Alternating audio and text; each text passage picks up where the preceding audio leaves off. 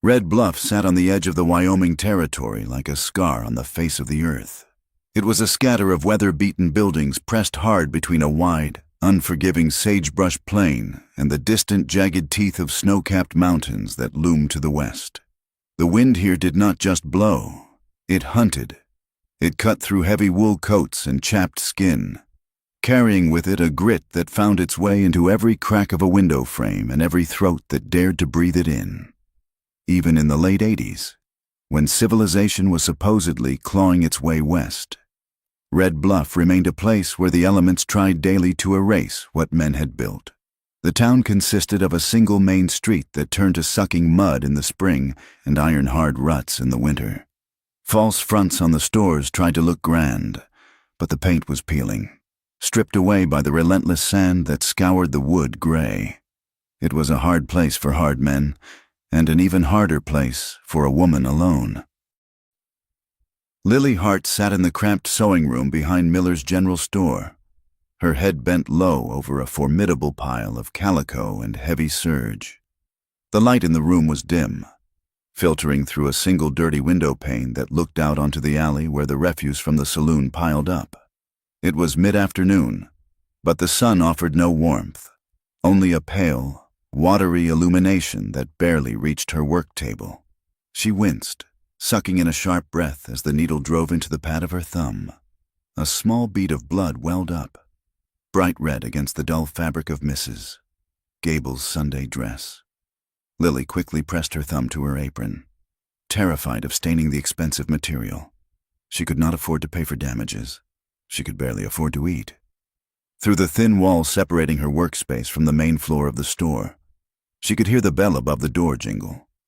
Voices drifted in, distinct and cruel. "I heard she is singing again tonight," a woman's voice said. "It was Mrs. Gable herself." "Well, she has to pay her rent somehow," another voice replied, dripping with a sugary venom. "And we all know Sheriff Dugan does not keep pets for free." Lily squeezed her eyes shut, her hand gripping the needle until her knuckles turned white.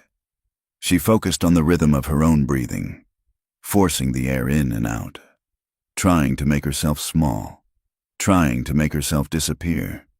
It was a skill she had perfected over 3 years in Red Bluff.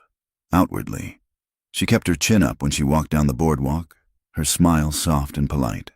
But inside, she was a landscape of bruises and scars, some visible on her skin in the blue-black markings she covered with high collars and long sleeves, and others etched deep into her spirit where no one could see them.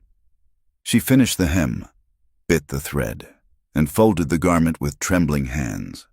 When she walked out into the main store to deliver the work, the conversation died instantly. Mrs. Gable and her companion turned to inspect a display of tinned peaches, their backs rigid. Lily placed the dress on the counter, took the 2 silver coins Mr. Miller slid toward her without making eye contact, and walked out into the biting wind. Nightfall in Red Bluff brought a different kind of cold. The wind died down to a low moan, and the temperature plummeted, freezing the mud in the streets into ankle-twisting traps. The sprawling darkness was punctuated only by the yellow spill of light from the Golden Steer Saloon.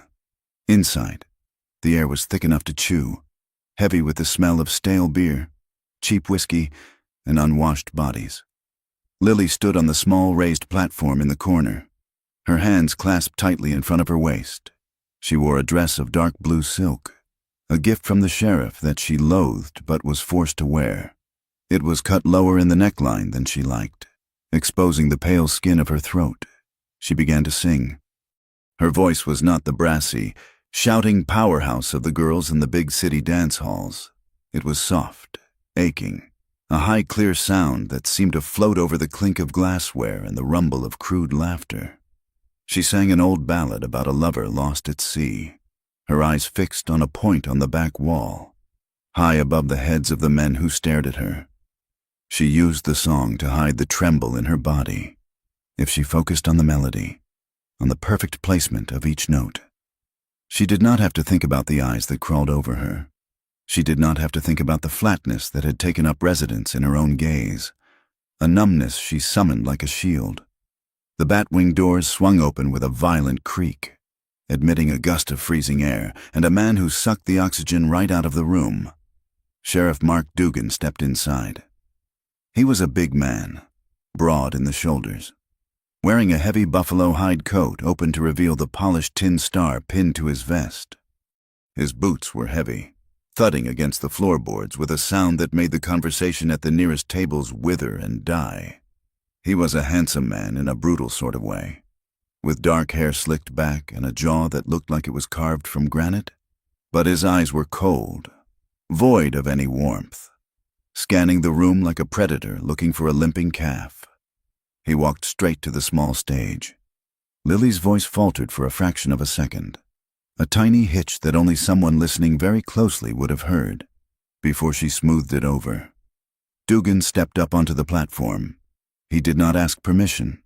He reached out and gripped Lily's arm, his fingers digging into the tender flesh just above her elbow. It looked like a possessive caress to the room, but Lily felt the bruising pressure. "Sing something livelier." "Sweetheart," Dugan said, his voice a low rumble. His smile stretched his lips, but it never reached those dead eyes. "The boys are getting bored with the funeral dirges." "I will." "Mark," Lily whispered, fighting the urge to pull away. "Please, you are hurting me." Dugan's grip tightened for a second longer, a reminder of who held the leash, before he let go and patted her cheek. "That is a good girl." He turned and strode toward his usual table near the iron stove, the men parting like the Red Sea to let him pass. Lily watched him go, a wave of nausea rolling in her stomach, as she transitioned into a faster, brighter folk song. Memories fragmented and sharp as broken glass assaulted her mind. She remembered a homestead on the distant prairie, hundreds of miles east. She remembered the smell of smoke, the roar of a fire that consumed the timber walls of her childhood home. She remembered the wagon ride afterward, alone, her family buried in the blackened earth. And she remembered Dugan. He had been a deputy then, passing through. He had reached a hand down to her from his horse, offering to pull her up, offering to save her when she had nowhere else to go. She had taken that hand. She had thought it was salvation. She had not known that the debt for that rescue would be paid in inches of her soul, day after day, year after year. He had brought her here, set her up, and created a cage made of fear, financial debt, and threats that kept her paralyzed. The song ended. There was a scatter of applause. Lily stepped down from the stage, keeping her head lowered as she moved toward the bar to get a glass of water. She felt the judgment of the town like a physical weight. It wasn't just the women in the store. It was the men here, too. They looked at her with a mixture of desire and contempt. To them, she was Dugan's property. She was the fallen woman who sang for her supper and warmed the sheriff's bed. They did not know she slept alone in the drafty room upstairs, behind a door she barricaded with a chair every night, praying the lock would hold if he decided to come up. They did not know she was paying off a debt that Dugan insured never got smaller. The doors opened again. This time, the arrival was less aggressive, but no less commanding. Cole Tanner walked in, dusting snow from the shoulders of a canvas coat that had seen better years. He looked like the land itself, rugged, worn, and enduring. He had been in the saddle for 18 days straight, driving a small herd of 50 head up from the southern range. His face was obscured by the shadow of a wide-brimmed hat, and a few days of dark stubble shadowed his jaw. He moved with the stiff-legged gait of a man whose joints were locked from the cold and the ride. He walked to the bar, finding a space away from the crowd, and signaled for a whiskey. Cole preferred the open range to people. Out there, the rules were simple. If you made a mistake, the land killed you. It was honest. Towns were different. Towns were full of lies, hidden agendas, and men who smiled while they cheated you. But the herd was bedded down. His horse was stabled, and he needed a drink to cut the dust that felt permanently etched into his throat. He took the glass the bartender slid toward him and turned, leaning his back against the wood to survey the room. His eyes, a sharp and clear hazel, missed nothing. He saw the card game in the back where a man was palming an ace. He saw the sheriff holding court near the stove, and he saw the woman in the blue dress. She was standing near the end of the bar, sipping water. Cole watched her over the rim of his glass. She was beautiful. Yes, with hair the color of spun wheat pinned up loosely. But that wasn't what caught him. It was the way she stood. She held herself like a wild thing caught in a trap, waiting for the hunter to return. Just then, Dugan stood up from his table and walked over to her. Cole saw the woman flinch. It was a small movement, a tightening of her shoulders, a slight step back. But to Cole, it screamed. Dugan placed a heavy hand on her waist, pulling her into his side. "You look tired." "Lily," Dugan said, loud enough for those nearby to hear. "Why don't you come sit on my lap and rest?" Cole saw the revulsion ripple through her, masked instantly by that practiced, fragile smile. "I have another set to sing." "Mark," she said softly. Dugan laughed, a harsh bark of a sound. He leaned in and whispered something in her ear. Cole watched the color drain from her face until she looked as pale as the snow outside. Something in Cole's chest tightened.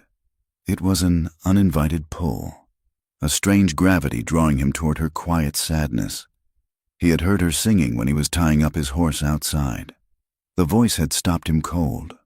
It had sounded like lonesome nights on the prairie, like the wind through the canyon. It had caught on certain words, painful words, as if she were bleeding them out rather than singing them. He took a sip of whiskey, telling himself to look away. It was none of his business. Domestic troubles in a border town were a good way to get shot. Dugan left the woman and moved toward the stove, but his path was blocked. A young cowboy from Cole's outfit, a boy named Jimmy who didn't know when to keep his mouth shut, was warming his hands. "Move it, son," Dugan said. Jimmy looked up, startled. "I was just getting the feeling back in my fingers." "Sheriff, I said move!" Dugan shoved the boy, hard. Jimmy stumbled, nearly falling onto the hot iron. Cole set his glass down. The sound was soft, but final. He pushed off the bar and walked over, his spurs chinking in the sudden silence of the room. He stopped between Dugan and the boy. "The lad is just trying to get warm," Cole said. His voice was low, a deep rumble that carried without shouting. "There is plenty of heat for everyone." Dugan turned slowly, sizing Cole up. He saw the worn clothes, the gun belt that hung low and tied to the thigh, the way Cole stood with his weight balanced. He saw a drifter, a nobody. "And who might you be?" Dugan asked, his thumbs hooking into his belt near his badge. "Just a man passing through," Cole replied. Dugan stepped closer. "Invading Cole's space? Well, passing through man. In Red Bluff.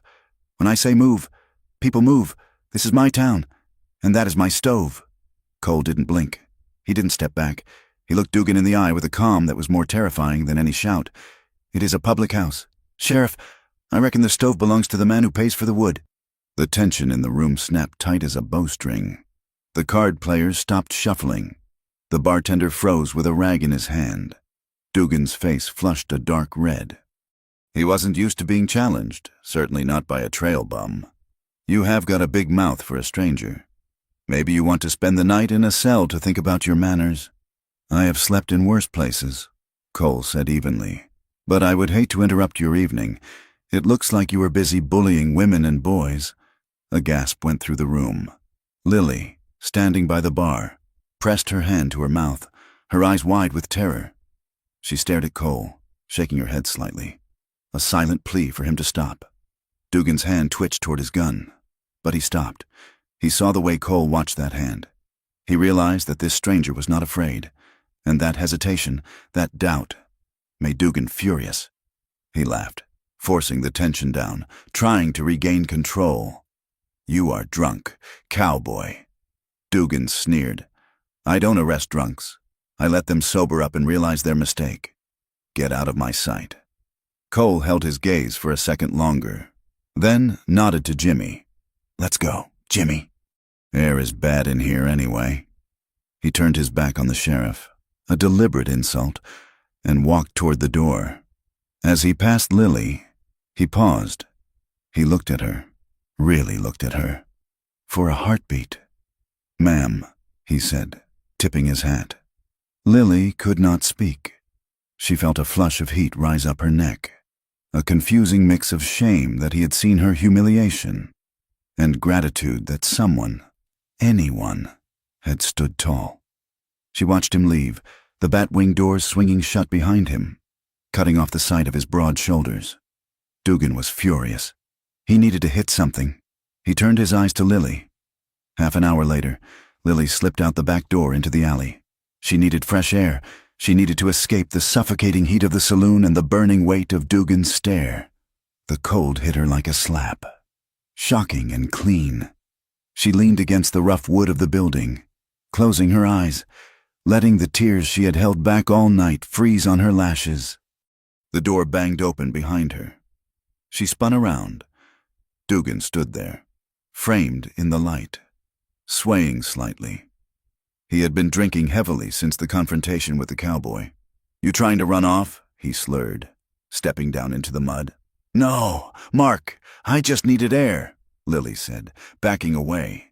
"You were making eyes at him," Dugan accused, his voice rising. "That saddle tramp. I saw you. You liked him standing up to me, didn't you?" "I didn't do anything," Lily pleaded, her back hitting the wall of the stable next door. "Mark, please, go back inside. You belong to me." "Lily," he growled. "I picked you out of the gutter. I put clothes on your back. You do not look at other men." He lunged for her. Lily tried to duck, to pull away, but he was too fast. He grabbed her wrist and yanked her toward him, hard. The force of it wrenched her shoulder, and she cried out, a sharp sound of pain that echoed in the narrow alley. "You are hurting me," she sobbed, struggling against his grip. "I will teach you respect," Dugan snarled, raising his other hand. "Hey!" The voice came from the shadows at the mouth of the alley. It was sharp, commanding. Dugan turned, distracted. In that split second, Lily wrenched free, but the momentum sent her stumbling backward on the icy mud. She flailed, expecting the hard impact of the frozen ground. Instead, she hit something solid. Strong arms caught her. A hand, warm and large, steadied her at the waist. She looked up, gasping into the face of Cole Tanner. He wasn't looking at her. He was looking at Dugan, and this time, the calm was gone. His eyes were dark, dangerous, and his jaw was set like iron. "Get your hands off her," Cole said. The words were quiet, but they carried the weight of a hammer blow. Dugan stumbled back, blinking. "You again. I should have shot you in the bar." "You can try," Cole said, "but I would not recommend it." Lily was trembling so hard her teeth chattered. She gripped the lapels of Cole's coat, bunching the rough canvas in her fists.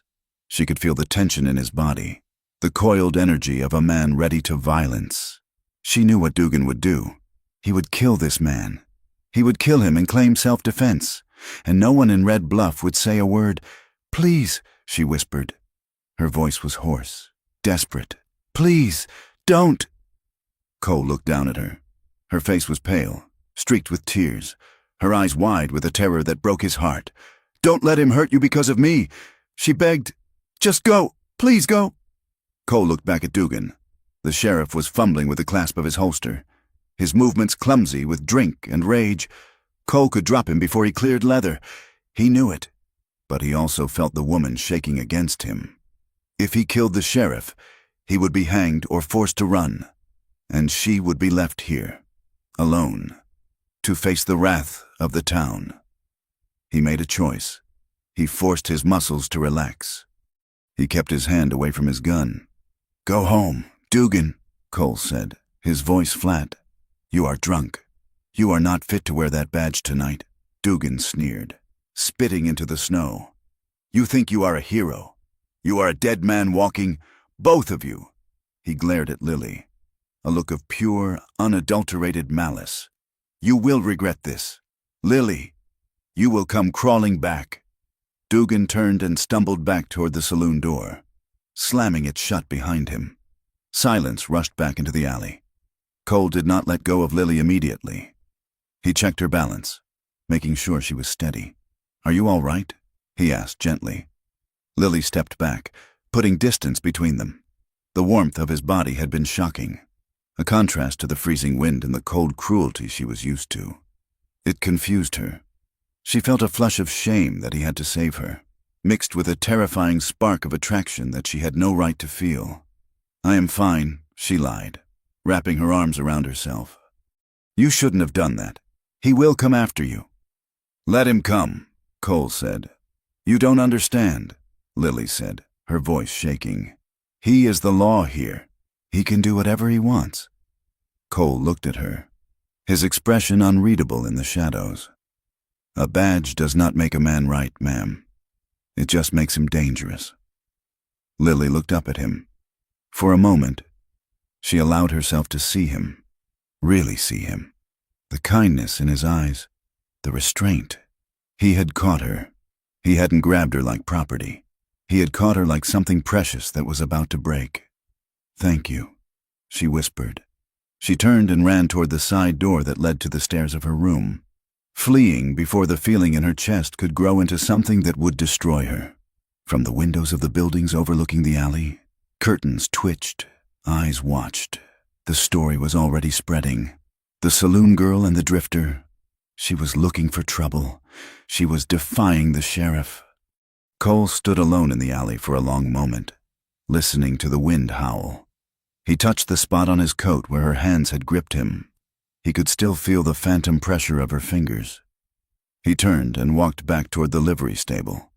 That night, Lily sat on the edge of her narrow bed. The room was freezing. She had lit a single candle. She unbuttoned her sleeve and looked at the fresh bruise forming on her arm where Dugan had grabbed her. It was shaped like a handprint. She pressed her fingers to the purple mark and cried silently, her shoulders shaking. She told herself she deserved this.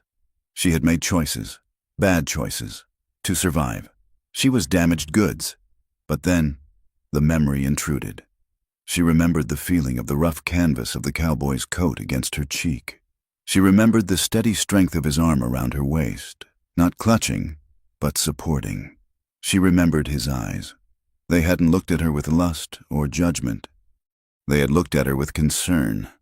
It unsettled the numbness she had built to survive.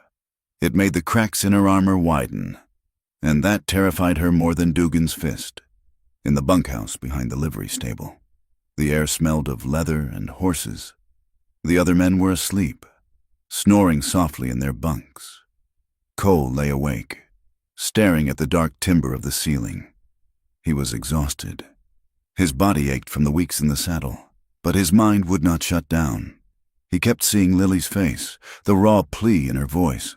"Promise me you won't hurt me." She hadn't said it, but it was there in her eyes.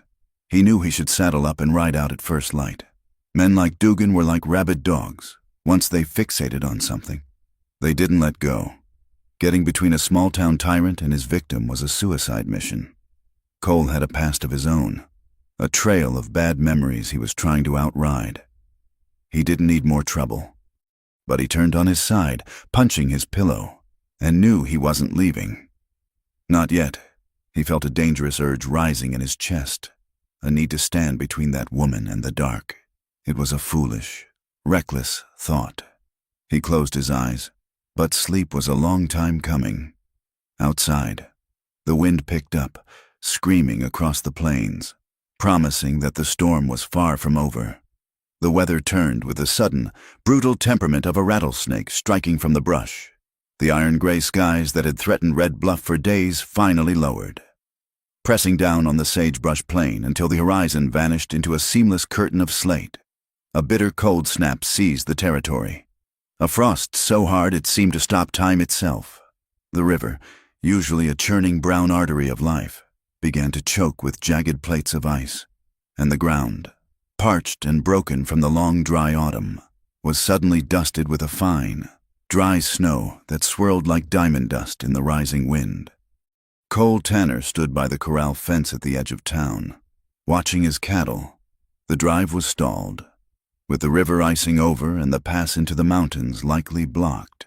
He could not move the herd north to the railhead, nor could he push them back south without losing half the weight off their bones.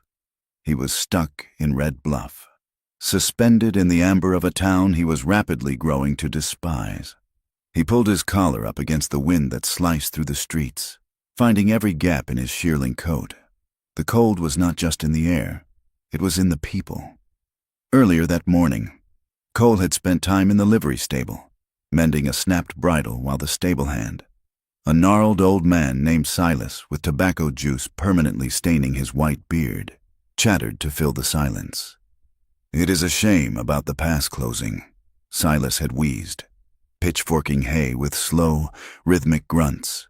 "But you are better off here than caught on the ridge. That wind up there will strip the flesh off a man." Cole had only grunted in reply, his fingers working the stiff leather. "You ran into the sheriff the other night," Silas continued, pausing to lean on his fork. "He is a mean one. Dugan is especially about his property." Cole looked up, his eyes narrowing. "Property?" "The girl," Silas said with a leer that revealed a row of rotting teeth. "Lily, the singing bird. She is a pretty thing, but damaged. Arrived here 3, maybe 4 years back. Came in on a wagon with nothing but the clothes on her back and soot on her face. Family burned out east of here." Cole felt a tighten in his gut. And nothing. Silas shrugged. "She was starving. Dugan took her in, gave her a room, gave her a job, protected her from the wolves." You might say, of course. A man like Dugan does not offer charity without expecting a return on his investment. Folks say she traded her virtue for a warm bed. Cannot blame her. I suppose a woman has to eat. But she walks around with her nose in the air like she is still a lady. Cole had set the bridle down, the leather creaking in his grip. He looked at the old man, seeing the casual cruelty in his eyes, the way he reduced a human being to a transaction. It was the same story he had heard from the saloon keeper while buying coffee, a collective narrative the town had spun to justify their own inaction. If Lily was a sinner, if she had chosen her cage, then the good people of Red Bluff did not have to feel guilty about leaving her there. She did not look like she had much of a choice, Cole said, his voice low and dangerous. Silas spat into the straw. "We all have choices. Cowboy. She made hers." Cole had walked out then, before he did something he would regret. Now, leaning against the fence, the anger still burned inside him, a slow, hot coal in the center of his chest. He did not judge Lily Hart. He judged the cowardice of a town that watched a woman drown and criticized her swimming stroke. He recognized the look in her eyes he had seen in the alley. It was the look of a trapped animal, forced to survive on terms she had never set, waiting for a mercy that never came, needing supplies for the extended stay. Cole turned his back on the wind and headed for Miller's General Store. The bell above the door jangled cheerfully. A stark contrast to the gloom outside, the air inside was thick with the scent of roasted coffee beans, pickle brine, and dry goods. He moved through the aisles, picking up a sack of flour and a tin of tobacco. As he rounded the corner near the fabric bolts, he stopped. Lily was there. She was standing on tiptoes, reaching for a spool of blue thread on a high shelf. Her shawl had slipped from her shoulders, revealing the slender curve of her neck and the simple, worn wool of her day dress. She looked smaller here, away from the stage lights and the silk, more fragile. As she stretched, her fingers brushed the spool, but instead of grasping it, she knocked it loose. It tumbled down, bouncing off the counter and rolling across the floorboards, coming to a stop at Cole's boots. Lily spun around, a gasp escaping her lips. When she saw him, her eyes went wide, and she took a sharp step back, her hands flying up as if to ward off a blow. Cole did not move toward her. He crouched down slowly, retrieving the wooden spool. He stood up, holding it out in his open palm, keeping his distance respectful. "I believe this belongs to you, ma'am," he said. Lily stared at his hand. It was large, scarred, and calloused from years of rope work, but it held the delicate thread as if it were made of glass. Hesitantly, she reached out. "Thank you," she whispered. Her fingers brushed his as she took the spool. The contact was brief, lighter than a breath, but it sent a jolt of warmth through Cole that had nothing to do with the stove in the corner. He saw Lily jerk her hand back, startled, her eyes meeting his. For a second, the fear in her gaze was replaced by confusion. She was waiting for the leering comment, the unwanted advance, the assumption of familiarity. Cole just smiled, a small crinkling of the corners of his eyes. "The weather's turning bad out there," he said conversationally. "I reckon we are in for a heavy snow." Lily blinked, clutching the thread to her chest. Yes, the sky is very heavy." He nodded, touching the brim of his hat. "You best get home safe, then. Do not let the wind catch you." He turned and walked toward the counter to pay for his goods. He did not linger. He did not stare. He treated her as he would any rancher's wife or schoolteacher, with simple, undemanding courtesy. Lily watched him go, her heart hammering against her ribs. He hadn't asked her name. He hadn't mentioned the saloon. He hadn't looked at her like she was something to be bought or used. He had looked at her like she was just a woman who had dropped a spool of thread. The normalcy of it was so foreign it made her chest ache, but eyes were always watching in Red Bluff. Later that afternoon, as the daylight began to fail and the wind rose to a shriek, Lily was hurrying behind the saloon to the woodshed. The door to the back office flew open, and a hand shot out, grabbing her arm and dragging her into the shadows of the overhang. It was Dugan. His face was flushed, his eyes narrow slits of jealousy. "I saw you," he hissed, backing her against the rough clapboards. Lily's breath hitched. "Saw me what? Mark? I was just at the store. I saw you with him. That drifter." Dugan slammed his hand against the wall by her head. "You were spreading your smile around like it is free for the taking." "Did you like his attention? Did you like him playing the gentleman?" "I dropped some thread," Lily stammered, terrified. "He just picked it up. We barely spoke." Dugan reached out and gripped her jaw, his fingers digging into her cheeks, forcing her to look at him. The pressure was painful, bruising. "Do not lie to me." "Lily," he whispered, his face inches from hers. "You are getting ideas. I can see it. You think because he stood up to me once, he's going to whisk you away? He is nothing, a bum. And you belong here, with me." He released her face with a shove. "I did nothing," Lily cried, biting her lip to keep the tears back. "We will see about your loyalty," Dugan said, a cruel idea forming in his eyes. Night fell like a hammer blow. The storm that had been threatening all day finally broke over the mountains and rolled down into the valley. It was a blizzard of biblical proportions. The wind screamed between the buildings, driving snow so thick it turned the air into a suffocating white blindness. Visibility dropped to less than 5 feet. The temperature plunged, freezing breath in the throat before it could be exhaled. In the saloon, the few patrons who had braved the weather were huddled near the stove. Lily was not among them. Upstairs, Dugan had cornered her. He held a sealed envelope in his hand. "You want to prove you are not conspiring with strangers?" he demanded. "You want to earn your keep this week?" "What do you want me to do?" Lily asked, shivering in the drafty hallway. "I need this delivered to the relay station at the South Pass," Dugan said. "Important departmental business. Cannot wait for the morning." Lily stared at him in horror. "Mark, the storm. It is a blizzard out there. I cannot ride to the relay station. It is 3 miles. Then walk," Dugan sneered. "Or crawl. If you do not go, I will arrest your cowboy friend tonight. I will swear he stole cattle.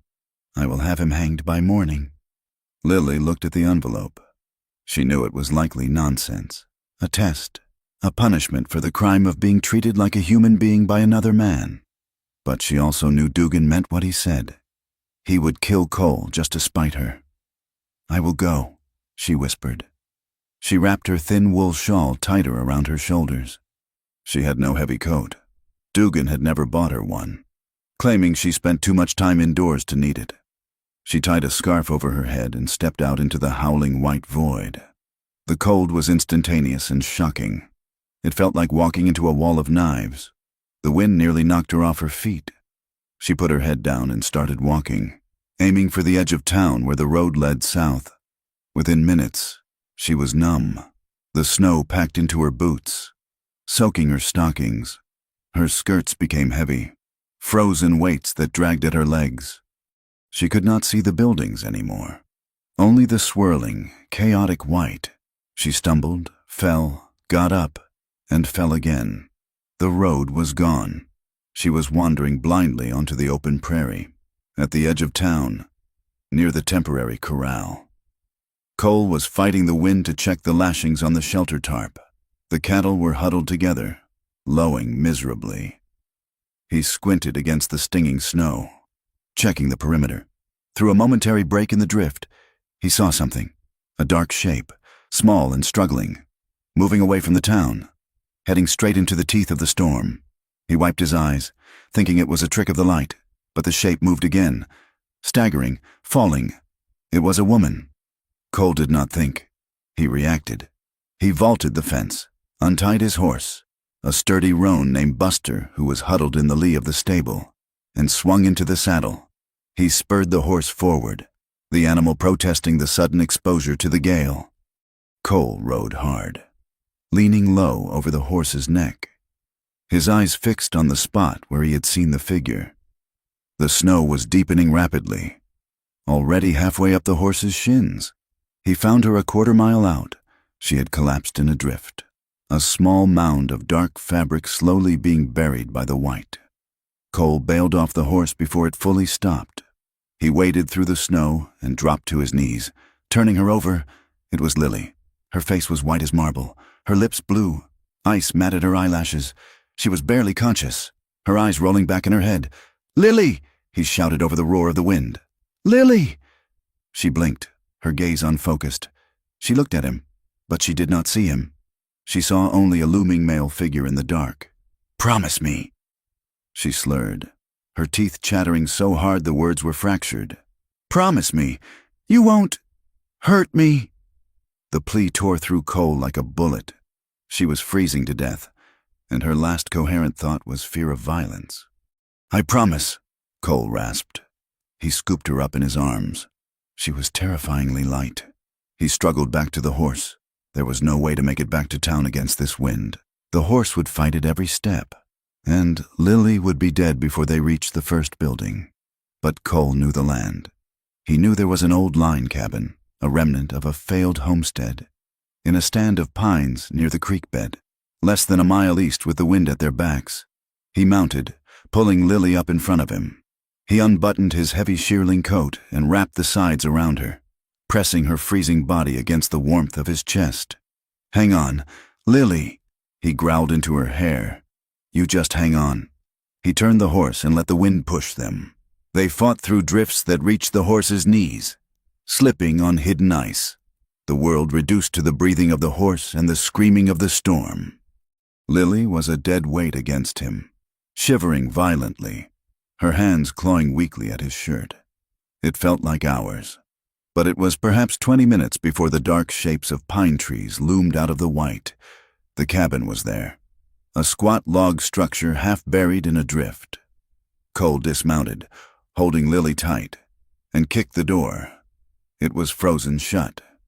He kicked it again, harder, putting his shoulder into the wood. With a crack of ice, it gave way. He carried her inside and kicked the door shut behind them, plunging them into darkness and silence. The wind still howled, but it was muffled now, a distant beast scratching at the walls.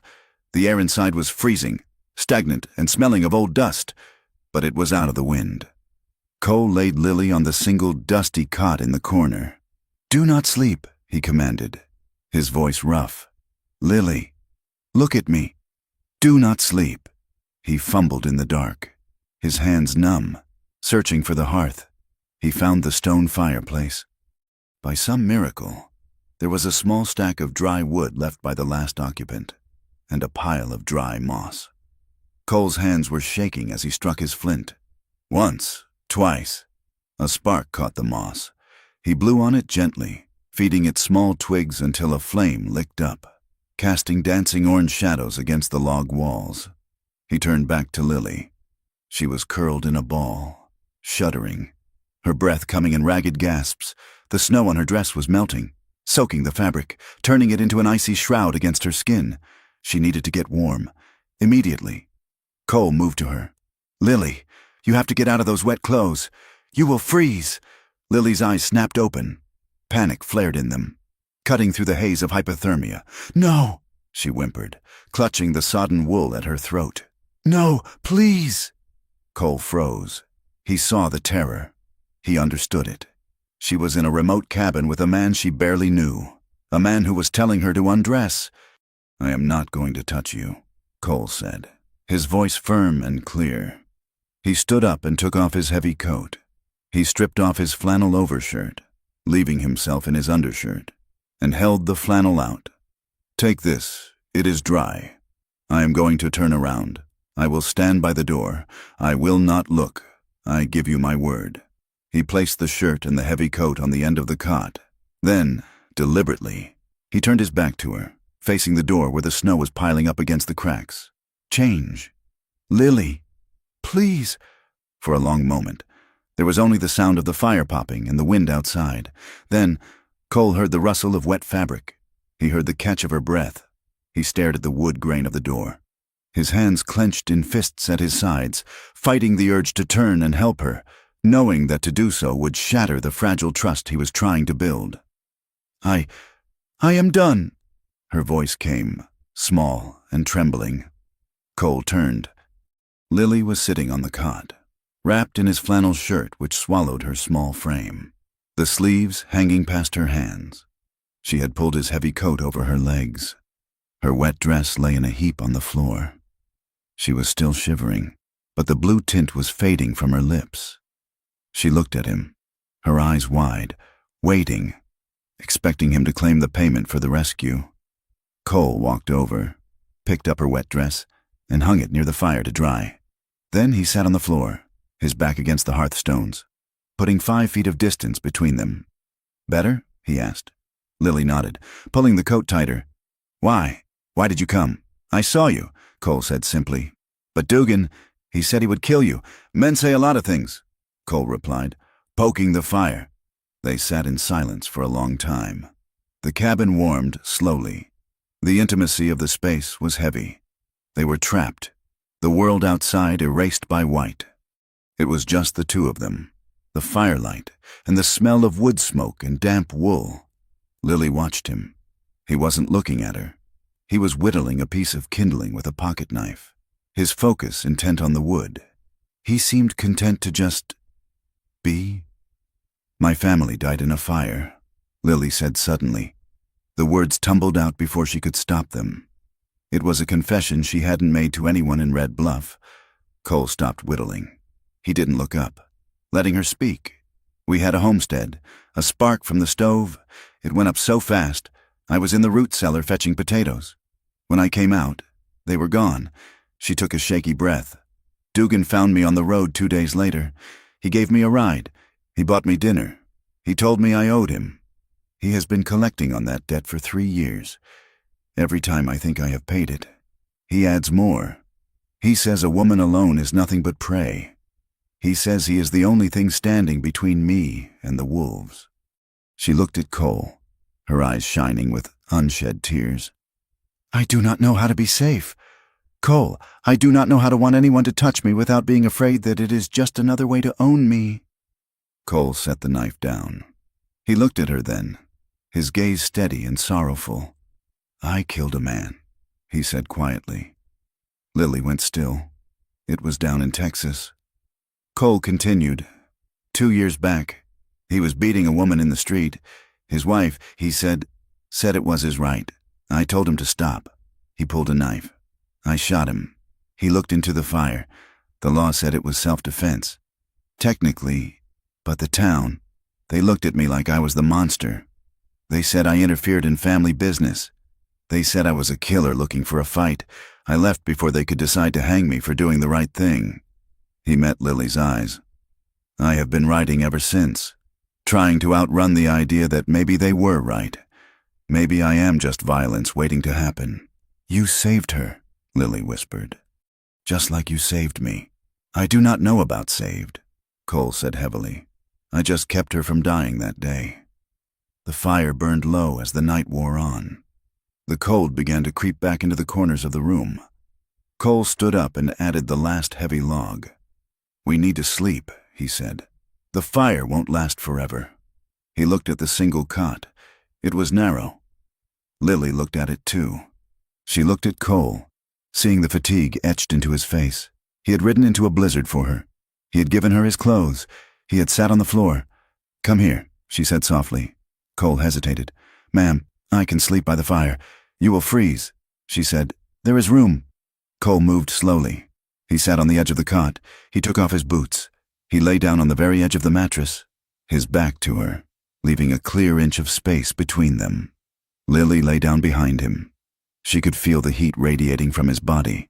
It was a solid, anchoring warmth. They lay side by side in the dark, the wind howling outside. Cole held himself rigidly still, every muscle locked down. He could hear her breathing. He could smell the scent of her hair, like rain and lavender. The desire to turn, to pull her close, to comfort her and be comforted, was a physical ache in his chest, thick and undeniable. But he did not move. He lay like a stone. He would not cross the line.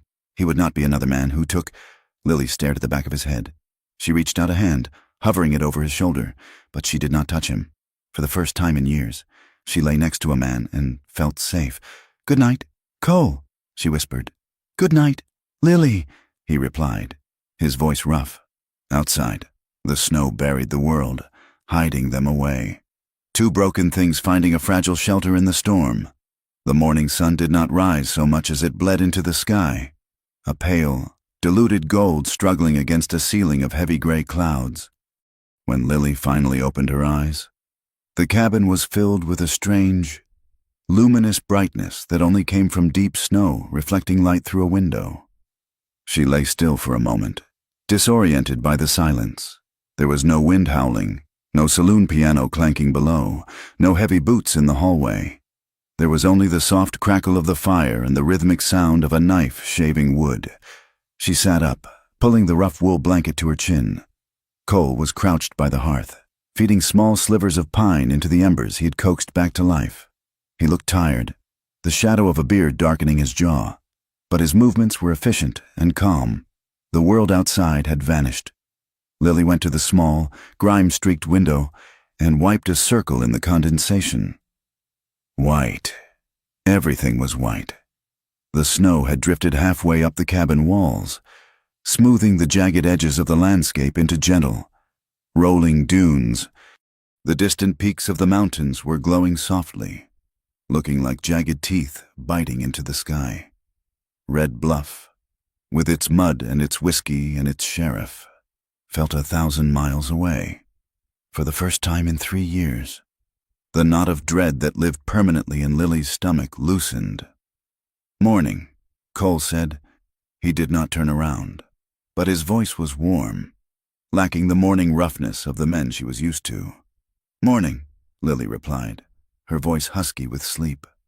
"We are snowed in for a bit," Cole said, standing up and dusting bark from his hands.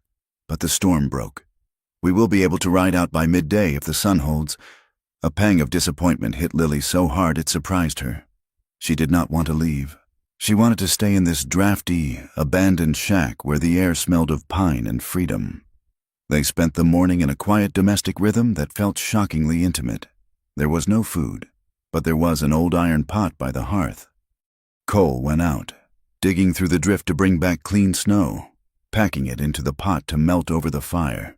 When he reached for the handle to pour the hot water into a tin cup he had found, the metal seared his fingers. "Damn it," he hissed, jerking his hand back and dropping the cup with a clatter. Lily jumped, then let out a laugh. It was a rusty, shaky sound, something she hadn't used in a long time. It bubbled up from her chest, genuine and light. Cole looked at her, nursing his burnt fingers, a sheepish grin tugging at the corner of his mouth. "I am glad my pain is amusing to you, ma'am," he drawled. "I am sorry," Lily said, pressing her hand to her mouth, her eyes crinkling. "It is just, I thought cowboys were made of leather and iron." "We are, mostly," Cole said, picking up the cup with the hem of his shirt this time. "But hot iron still burns. Here, drink. It is just hot water, but it will warm you." He handed her the cup. Their fingers brushed again, but this time, Lily did not flinch. She took the cup, holding it in both hands, letting the steam bathe her face. "You are stubborn," Cole noted gently, watching her over the rim of his own cup. "You walked 3 miles into a blizzard in a dress made of silk and hope. That is a special kind of stubborn." "I did not have a choice," Lily said, the smile fading. "You always have a choice."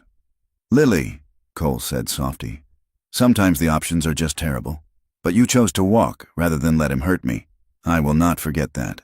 The air in the cabin shifted, becoming heavy with unspoken things. To break the tension, Cole stood up. "If we are going to get through the morning, we need more wood. And I reckon you should know how to get it, in case I am not around next time." He took her outside. The cold was sharp, biting at their noses. But the wind had died. He showed her how to select the dry deadfall from the edge of the tree line. He handed her the small hatchet he carried on his saddle. "It is not about strength," he explained, positioning a piece of pine on a stump. "It is about the angle. Let the weight of the head do the work." Lily took the hatchet. It felt heavy and foreign in her hand. She swung, missing the wood entirely and hitting the stump with a dull thud. Cole did not laugh. He stepped in close behind her. "May I?" he asked, his voice near her ear. Lily stiffened for a second, then nodded. "Yes." He reached around her, covering her small hands with his large, rough ones. He adjusted her grip, his chest pressing lightly against her back. Lily could feel the heat of him through their layers of clothing. She could feel the steady beat of his heart. It was terrifying, this proximity, but it was also electric. "Like this," he murmured. His breath brushed her cheek, warm and smelling of pine smoke. "Now, swing," guided by his hands. She brought the hatchet down. The wood split with a satisfying crack, falling into 2 neat halves. "I did it," Lily breathed, staring at the wood. "You did," Cole said. He stepped back immediately, giving her space, letting the triumph belong to her. Later, he showed her the rifle. He sat on the cot, cleaning the mechanism, and then handed it to her. "It is heavy," he warned, "and it kicks like a mule if you do not hold it right, but it is the great equalizer. It does not matter how big a man is if you are holding this." Lily held the weapon. The metal was cold, the woodstock smooth from use. She lifted it, sighting down the barrel at a knot in the cabin wall. For a moment, she imagined Dugan's face in the sights. A surge of power rushed through her, heady and frightening. She wasn't just a victim. She could be dangerous. She lowered the rifle, looking at Cole. He was watching her with a serious expression. "Thank you," she said quietly. They sat by the fire as the sun climbed higher, melting the frost on the window panes. The conversation drifted into deeper waters, the kind of talk that only happens when the rest of the world has fallen away. Lily stared into the flames, her knees pulled up to her chest. "Sometimes," she said, her voice barely a whisper, "when the wind blows hard at night, I used to wish the prairie would just open up and swallow me. I would think about walking out into the sagebrush and just lying down until the grass grew over me." Cole poked the fire, sending a shower of sparks up the chimney. "I know that feeling," he said. "It is not that you want to die. It is just that you are tired of fighting to breathe." Lily looked at him. "Do you feel that way?" "I have," Cole admitted. "After Texas, after I killed that man, I felt like I was stained, like I had crossed a line and there was no way back. I do not believe in happy endings for men like me. Lily, violence sticks to you. It gets under your skin like coal dust. You are not a bad man." "Cole," Lily said fiercely, "you are good. You saved me." "I am a man who knows how to hurt people," Cole said. "There is a difference between being good and being useful in a fight. I am useful. I am not sure I am good." He looked at her then, his hazel eyes unguarded. The silence stretched between them, humming with a tension that had been building since the alleyway. Lily felt a pull in her chest, a physical ache to bridge the distance between them. She saw the sadness in his mouth, the loneliness that matched her own. Without thinking, She leaned forward. Cole went still. He did not pull away. Lily's gaze flickered to his lips. She wanted to know what he tasted like. She wanted to know if a man's mouth could be soft. She leaned closer, her eyes drifting shut. But as she got close, a memory of Dugan, the smell of stale whiskey, the rough scrape of stubble, the crushing weight, slammed into her mind. She gasped and jerked back, her eyes flying open, panic flooding her chest. She began to tremble, wrapping her arms around herself. "I cannot," she whispered, her voice cracking. "I do not know how. Without it hurting, I do not know how to do this." She squeezed her eyes shut, waiting for the anger, waiting for the rejection. Instead, she felt a large, warm hand cup her cheek. It was gentle, barely there. Cole did not kiss her. He leaned forward and rested his forehead against hers. He closed his eyes, breathing slowly, matching his rhythm to hers. "You do not have to know," he said, his voice a low rumble that vibrated through her skull. "And you do not have to do anything."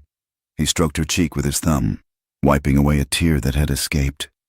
"Lily, look at me." She opened her eyes. He was inches away, his gaze intense and kind. "You get to choose," he said. "From now on, you choose. If you want me to stop, I stop. If you want me to leave, I leave."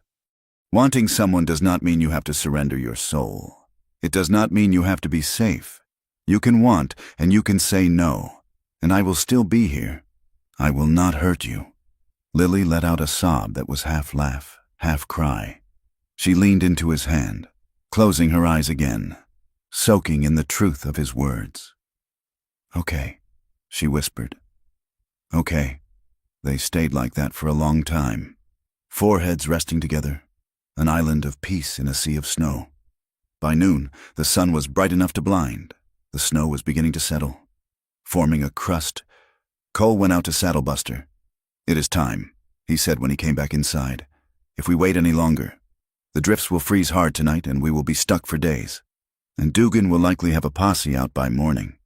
Lily stood up, smoothing the wrinkles in her ruined silk dress.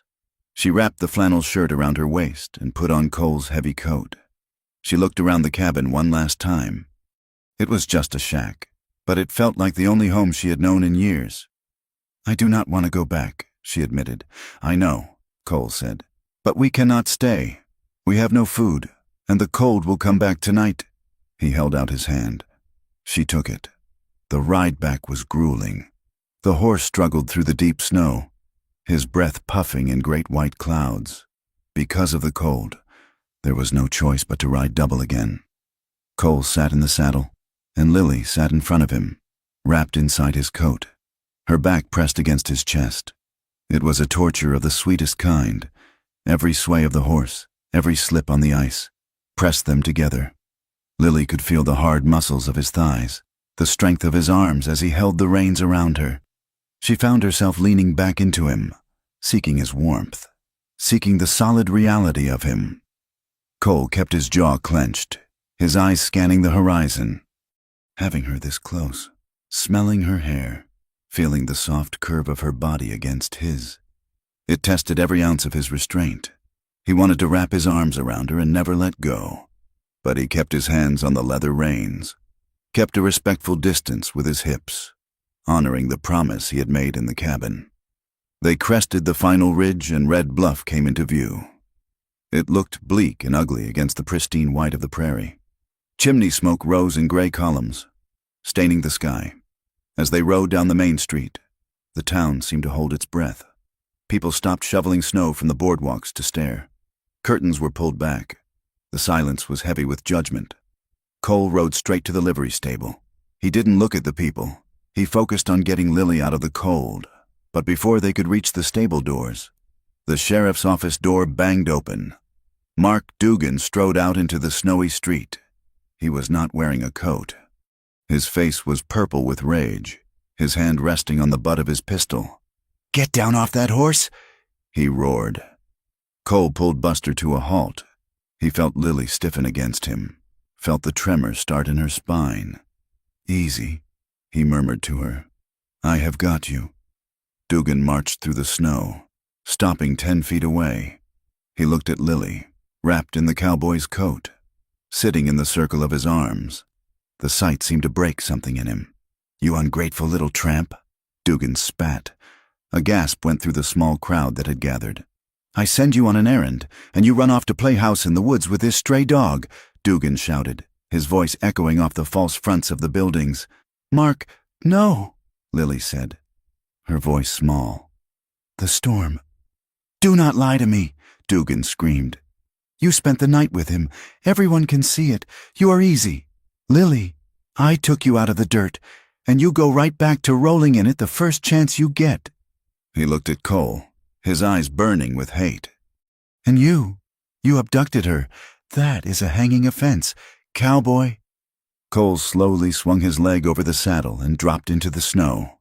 He reached up and lifted Lily down, setting her gently on her feet. He placed himself between her and Dugan. "There was no abduction, Sheriff," Cole said, his voice calm and carrying. "And there was no playing house. I found her 3 miles out on the prairie, freezing to death in a blizzard because you sent her out to walk in a silk dress." He took a step toward Dugan. "She was dying.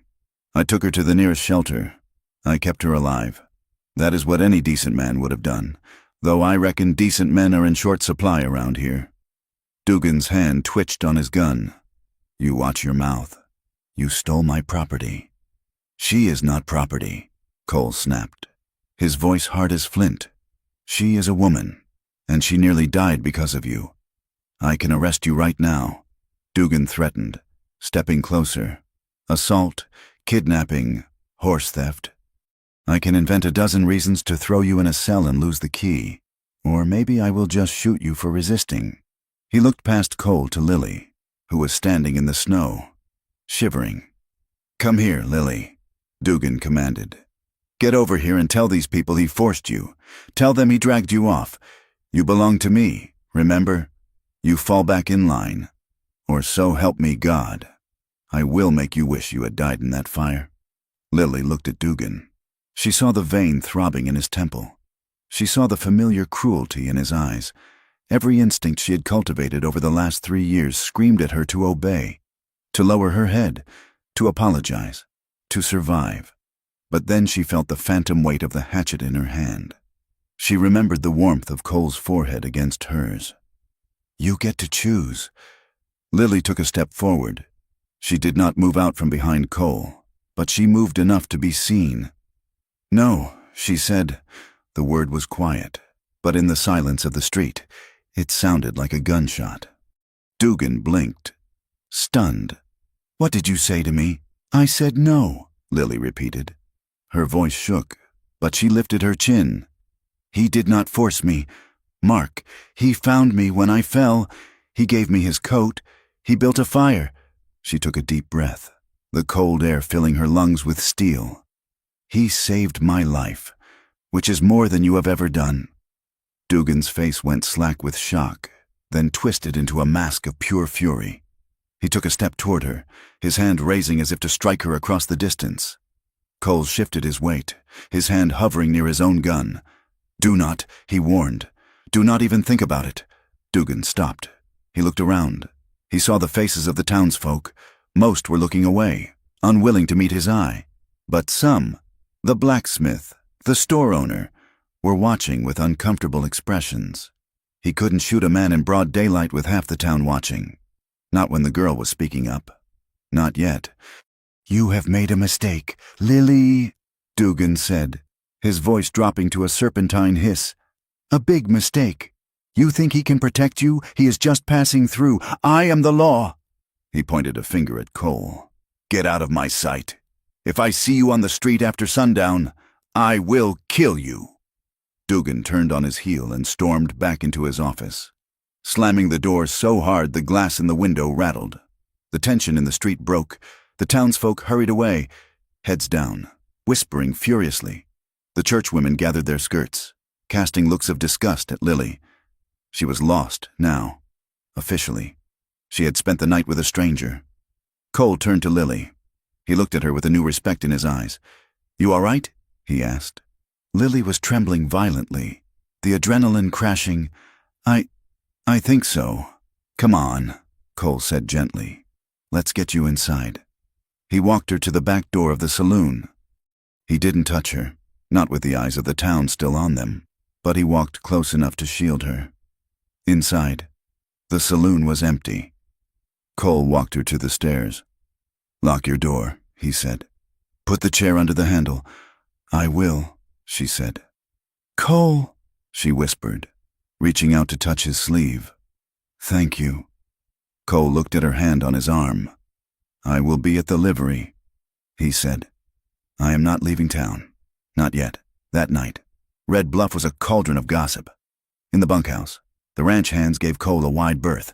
One of them, an older man named Old Bill, spat into the spittoon and looked at Cole. You got guts. Son, Bill said, but you got no sense. Dugan plays dirty. He will frame you for something before the week is out. You best ride on. I am not riding, Cole said, lying on his bunk, staring at the ceiling. Suit yourself, Bill grunted, but do not say I did not warn you. That girl, she is bad luck. Upstairs in a room above the saloon, Lily sat on her bed. She had pushed the heavy oak dresser in front of the door. She pressed her fingers to her lips. She could still feel the ghost of Cole's breath against her skin. She replayed the moment in the cabin 100 times, the way he had stopped, the way he had given her the power. She felt a stirring in her belly, a heat that had nothing to do with fear. It was desire. It was sharp and sweet and terrifying. She realized with a jolt that she wanted him, not just for safety, but for him, for the way his eyes crinkled when he teased her, for the roughness of his hands and the gentleness of his soul. She curled up on the bed, staring at the candle flame. For years, she had been taught that her body was a currency, a thing to be used or hurt. Now, she wondered if there was a world where wanting a man wasn't a sin, a world where it wasn't a danger. She closed her eyes, and for the first time in her life, she didn't pray for the earth to swallow her. She prayed for the storm to hold off long enough for her to find out what that world might look like. The tension in Red Bluff did not break with the passing of the storm. Instead, it thickened, hanging over the town like the heavy, sulphurous clouds that presage a summer tornado. The snow melted into a churned slurry of brown mud that sucked at wagon wheels and boots alike, but the atmosphere remained brittle, ready to snap at the slightest provocation. Sheriff Mark Dugan did not come for Cole Tanner with guns drawn. That would have been too clean, and perhaps too risky given the way the drifter handled himself. Instead, Dugan used the weight of his badge like a bludgeon, swinging it with the petty, bureaucratic cruelty of a man who knows the law is whatever he says it is. Cole found his cattle drive stalled not by ice, but by paper. When he went to the clerk's office to finalize the bill of lading for the rail transport, the documents were missing. I'm sorry. Mr. Tanner, the clerk mumbled, refusing to meet Cole's eyes. He was a small, watery-eyed man who smelled of ink and fear. The sheriff took the file for review. He said there were discrepancies in the brands. There are no discrepancies, Cole said, his voice level but his hands gripping the counter hard enough to turn his knuckles white. I have the original bill of sale from the ranch in Texas. The sheriff has to verify it, the clerk repeated, wiping sweat from his forehead despite the chill in the room. You will have to wait until he is satisfied. Cole walked out onto the boardwalk, his spurs chiming with a sound that seemed too loud in the quiet street. He knew what this was. It was a siege. Dugan was bleeding him dry, forcing him to spend money on feed and lodging while the herd lost weight and value. The town followed the sheriff's lead. It was a slow, suffocating kind of violence. When Cole walked into the general store to buy tobacco, the conversation died instantly. Men he had shared a drink with 2 weeks ago suddenly found the floorboards fascinating. A rancher named Miller, a man Cole respected, caught him behind the livery stable later that afternoon. I am sorry. Cole, Miller said, keeping his voice low and checking over his shoulder. I cannot sell you that hay you asked for. Dugan let it be known that anyone doing business with you might find their own fences cut or their taxes audited. I understand. Miller, Cole said, though the anger in his gut burned hot, I do not want to bring trouble to your door. You are a good man, Miller said, offering a quick, firm handshake before pulling his hand back as if he had touched a hot stove. But you are marked. And that girl, she is marked worse. Cole watched him go. He saw the truth of it everywhere. The prejudice of Red Bluff was a living thing. It wasn't just fear of Dugan. It was a moral judgment that the town wore like armor. Lily felt it even more sharply when she walked to the post office.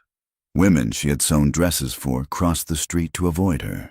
They clutched their shawls tighter, averting their gazes as if Lily's shame were a contagion that could travel through the air. She heard the whispers trailing in her wake like smoke, loose, ungrateful, running with stray dogs.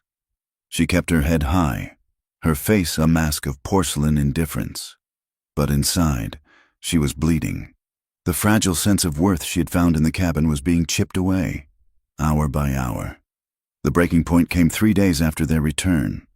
Dugan sent a deputy to fetch Lily, not to the jail, but to his private office at the back of the courthouse. When she entered, he was sitting behind his desk, cleaning his fingernails with a long, wicked-looking knife. The room smelled of stale cigar smoke and lemon oil. "Close the door," he said, not looking up. Lily obeyed. She stood before the desk, her hands clasped in front of her to hide their trembling. "I hear you have been seen near the livery stable," Dugan said softly. "I was walking. Mark, it is a free country." Dugan stood up so fast his chair crashed backward against the wall. He rounded the desk in 2 strides and slammed his fist into the wall beside her head. The impact shook the plaster dust loose, showering it onto her shoulder. Lily flinched, a small cry escaping her throat. But she did not cower. She pressed her back against the wood, her eyes wide. "Do not talk to me about freedom," Dugan hissed, his face inches from hers. "You have no freedom. You have what I give you." He leaned in, his voice dropping to a terrifying, intimate whisper. "I have been looking into your past. Lily, before the fire, there are records in the territorial office, vague records. A girl matching your description accused of theft in Omaha. A girl who spent time in a house of ill repute in Cheyenne. That is a lie." Lily breathed. "You know that is a lie. I was a child. I was on the homestead with my parents. Does it matter?" Dugan smiled, a cold, reptilian curving of his lips. "If I write to the circuit judge and tell him I have a woman here of loose morals who is disturbing the peace and conspiring with a known drifter, who do you think he will believe? The sheriff with 10 years of service? Or the saloon girl?" He reached out and touched a lock of her hair. Lily stood frozen, her skin crawling. "I can have you locked away. Lily, not in a jail cell, in the asylum down in Denver, or the women's prison. They are not kind to pretty things in there. You will be passed around until there is nothing left of you but a shell." Lily felt the blood drain from her face. The threat was precise and terrifying. She knew how the law worked for women like her. It didn't. "Leave the cowboy alone," Dugan commanded. "Stop looking at him. Stop thinking about him. You belong here. With me. If you defy me again, I will destroy him. And then I will bury you in a hole so deep you will never see the sun." He stepped back, gesturing to the door. "Now get out and fix your face. You look guilty." Lily walked out of the office on numb legs. Her old survival instincts, honed over 3 years of fear, screamed at her to submit, to put her head down, to be the ghost Dugan wanted her to be. It was safer. It was the only way to stay alive. But as she walked through the mud of Main Street, another memory rose up to meet the fear. She remembered the smell of pine wood burning in a stone hearth. She remembered a rough flannel shirt wrapped around her shoulders. She remembered laughter over a burnt finger, and a voice telling her, "You get to choose." The memory made her stomach turn at the idea of surrender. The warmth of the cabin had changed her. She had tasted what it was like to be treated as a person, and the thought of going back to being a possession felt like death. She did not go to her room to cry. She went to the saloon, took her place on the stage, and sang. But her eyes were not flat anymore. They were sharp. Over the next 2 nights, Lily became a ghost in the machine of Red Bluff. She sang her songs. She smiled at the patrons. She allowed Dugan to buy her drinks. But she was watching. She listened to the conversations of the cattlemen and the town council members when they thought she was just background noise. She noticed things she had ignored before. She saw the way Dugan accepted thick envelopes from the owner of the mining concern up the valley. She saw him dismiss fines for ranchers who supported his elections. And she noticed the ledger. It was a black, leather-bound book that Dugan kept in the bottom drawer of his desk in the back room of the saloon. He never let anyone else touch it. He locked the drawer with a key he kept on his watch chain. One evening, while bringing him a fresh bottle of whiskey, she saw him writing in it. He was logging payments. Not sheriff's department business, private business. He closed it quickly when she entered, his eyes snapping to hers with suspicion. Just checking the inventory, he had muttered. Lily had smiled. A vacuous, pretty smile. Of course. Mark. But her heart was hammering a war drum against her ribs. That book was the leverage. That book was the answer. On the third night, the pressure in her chest became too much to bear alone. She waited until the saloon closed and the moon was obscured by clouds. She slipped out the back door, wrapped in a dark shawl, and moved through the shadows toward the livery stable. The stable was dark, smelling of sweet hay and warm horses. A single lantern burned low near the tack room. Cole was there, sitting on a crate, cleaning his revolver. He looked up sharply as the door creaked, his hand moving instantly to the gun. When he saw it was her, the tension left his shoulders, replaced by a look of profound, aching relief, followed immediately by fear. "Lily," he whispered, standing up, "you should not be here. If he sees you—" "I do not care," Lily said, her voice trembling but fierce. She walked toward him, ignoring the warning in his posture. Cole stepped back, putting his hands up as if to ward her off. "Lily, listen to me. He is squeezing the town. He is threatening everyone. If he catches you here, he will make good on his threats. You need to stay away from me, for your own good. He told me he would send me to the asylum," Lily said, continuing to advance. "He told me he would make me out to be a whore and a thief." Cole's face twisted in fury. "I will kill him. I swear it." "No," Lily said. "That is what he wants. He wants you to draw on him so he can shoot you down like a dog." She stopped in front of him. She was close enough to smell the gun oil and the soap he used. "I am poison to you, Lily," Cole said, his voice cracking. "I bring nothing but trouble. You were surviving before I came.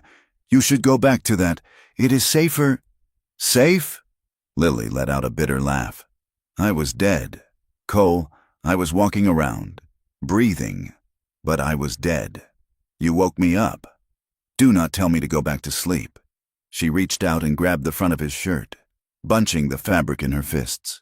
"Please," she whispered, the tears finally spilling over. "Please do not leave me alone. Do not make me do this without you." Cole looked down at her. He saw the desperation in her eyes, but he also saw the fire. He saw the woman who had chopped wood and walked through a blizzard. He was torn between the overwhelming urge to protect her by pushing her away, and the selfish, burning need to hold her. He looked at her hands gripping his shirt. He looked at her mouth, the restraint he had held on to since the cabin, the iron control he had maintained for her sake, finally frayed and snapped. He made a low sound in his throat and pulled her to him. "Lily," he groaned. He lowered his head and kissed her. It was not a gentle kiss. It was desperate.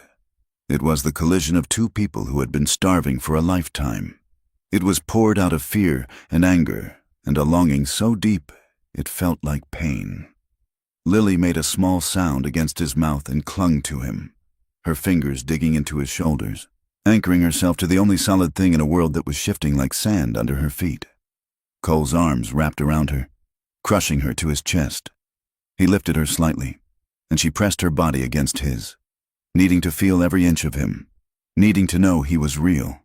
The kiss deepened, slowing down, becoming heavy and heated. Cole's hands moved from her waist to her back, stroking the line of her spine. then up to cup her face. His thumbs traced her cheekbones as his mouth explored hers. He pulled back for a second to breathe, his forehead resting against hers. "Are you sure?" he rasped, his voice rough. "Lily, if we do this, I am sure," she whispered. "I want this. I want you." He kissed her again, softer this time, walking her backward until her legs hit a pile of fresh hay covered by a horse blanket. He lowered her down, following her, his weight settling over her. His hand moved to the buttons of her dress. He undid the top one, his fingers brushing the skin of her throat. Lily let out a sigh, her head falling back, but then, as his hand moved lower to the bodice, a sudden, involuntary memory flashed, Dugan's rough hand ripping fabric. She flinched violently, her body going rigid. She gasped, her hands flying up to push at Cole's chest. Cole froze instantly. He did not push, he did not cajole, he stopped. He lifted his weight off her immediately, supporting himself on his elbows. He looked down at her, his eyes adjusting to the dim light. He saw the panic in her gaze, the way her breath was coming in short, terrified shallow gasps. "It is okay," he whispered. "We stop right now." He started to pull away, to give her space. "No," Lily said, her voice shaking. She reached up and caught his arm. "Do not go, please. It was just a memory." Cole looked at her, searching her face. "We do not have to do this. Lily, not now. Not ever. I want to," she said, tears leaking from the corners of her eyes. "I need to know that it belongs to me, that I can choose it." She took a deep breath, forcing her muscles to unlock. She took his hand and placed it back on her waist. "Just go slow?" she asked. "As slow as the sunrise?" Cole promised. He lowered his head and kissed her throat, right over the pulse that was fluttering like a trapped bird. He moved with agonizing slowness. He let her set the pace. Every touch was a question, and every sigh from her was an answer.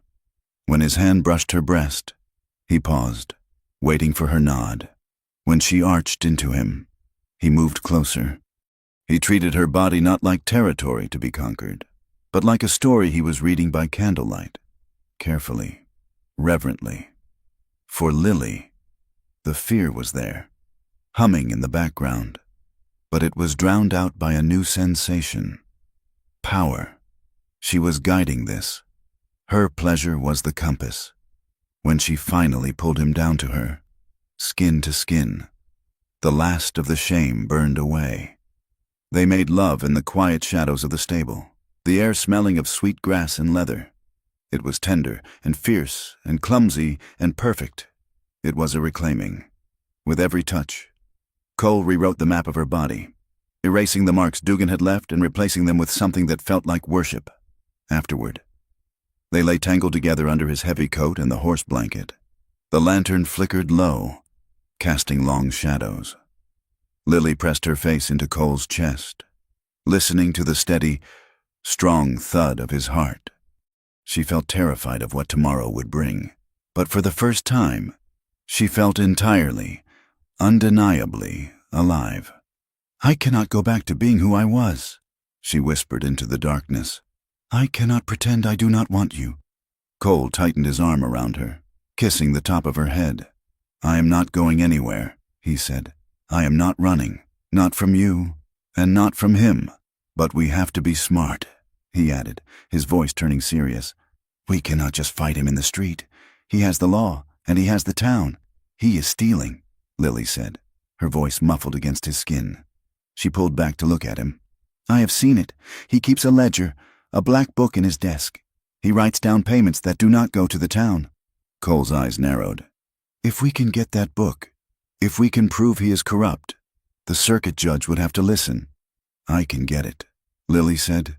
Cole frowned. "No, it is too dangerous. He trusts me when I'm quiet." Lily insisted. "He thinks he broke me today in his office. If I go back, if I act like the scared little girl he wants me to be, he will let his guard down. I know where the key is." "I do not like it," Cole said.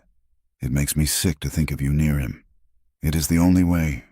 Cole, if we run, He will hunt us down. If we stay and fight with guns, we die. We have to kill him with the truth." Cole looked at her. He saw the resolve in her face. She was not asking for permission. She was telling him the plan. "Okay," he said reluctantly, "but you be careful. The moment you have it, you come to me. I will." They dressed in silence, stealing a few more kisses, reluctant to part. Lily slipped back out into the night, feeling armored by his touch. The next day, a darkness fell over Red Bluff that had nothing to do with the weather. It was mid-morning when a shout went up from the alley behind the livery stable. A crowd gathered quickly. Cole, who was feeding the horses, ran out to see what was happening. Lying in the mud, half covered by a discarded tarp, was a body. It was Jimmy, the young stable boy who had looked up to Cole, the boy who had smiled at Lily when no one else would. He was twisted at an unnatural angle, a dark bruise on his temple and a knife wound in his side. Cole pushed through the crowd, dropping to his knees beside the boy. He felt for a pulse, but the skin was cold. "What happened?" someone shouted. Sheriff Dugan pushed through the circle of onlookers. He looked down at the body with a sneer of distaste. "Robbery gone wrong," Dugan announced loudly, addressing the crowd. "Looks like the drift kid got caught trying to steal from someone's saddlebags. Got himself shivved for his trouble." "That is a lie," Cole growled. Standing up, he had nothing. He was a good kid. Dugan stepped up to Cole, his chest puffing out. "You vouching for him?" "Birds of a feather, I suppose. Just another piece of trash the wind blew in. Get him buried." "I do not want him stinking up the street." Cole's hands clenched into fists. He wanted to strike Dugan down right there. He wanted to smash that arrogant face, but he felt a hand on his arm. He looked down. It was Lily. She had come out of the back of the store. Her face was pale as death, but her eyes were dry. She squeezed his arm, a silent warning. Not now. Cole took a deep breath, forcing the violence down. He looked at Jimmy's small, broken body. He suspected the boy had seen something. Maybe he had seen Dugan taking money. Maybe he had seen something connected to the fire, and for that he had been erased. Dugan walked away, dusting his hands as if he had just taken out the trash. Lily and Cole stood over the body as the crowd dispersed, muttering about the dangers of transients. "He was just a boy," Lily whispered. Her voice was not shaking. It was hard. Cole looked at her. He saw the grief, but he saw something else, too. The last remnants of fear had evaporated, burned away by the injustice of it. "This ends," Cole said. Lily looked at the sheriff's retreating back. She wiped a single tear from her cheek with a knuckle, her jaw setting into a line of granite. "He thinks we are weak," she said softly. "He thinks we are nothing."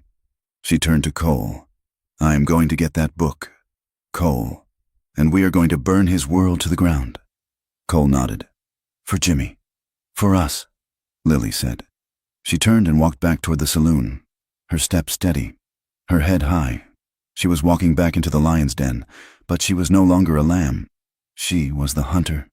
The clock on the wall of the saloon ticked with the slow, heavy rhythm of a judge's gavel. It was 3 a.m. The main floor was silent, smelling of stale beer and damp sawdust. Upstairs, the boarding rooms were quiet, filled with the exhausted sleep of miners and drifters. Lily Hart stood in the hallway outside Sheriff Mark Dugan's private office. Her heart hammered against her ribs like a trapped bird, threatening to bruise the skin from the inside.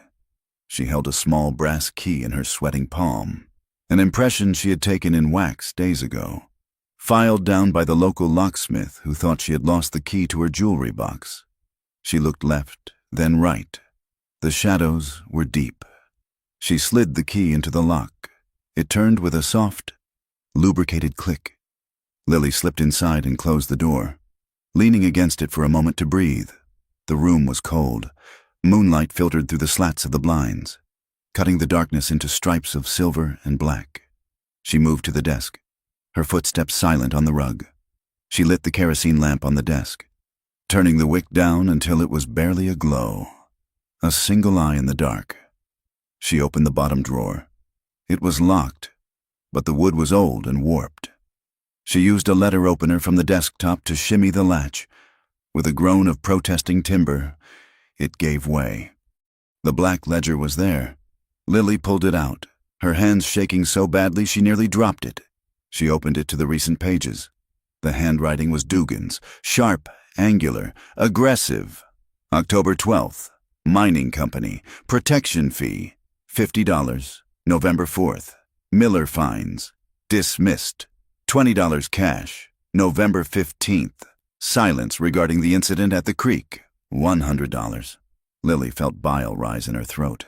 It was all there, extortion, bribery. He was bleeding the town dry while pretending to be its savior. She flipped back, turning the pages to 3 years ago, to the month she had arrived, to the month her life had burned down. Her finger traced the dates. August 14th, Hart Homestead fire. The entry was not a report of a tragedy. It was a financial note. August 16th, transfer of deed. Hart lands to M. Dugan.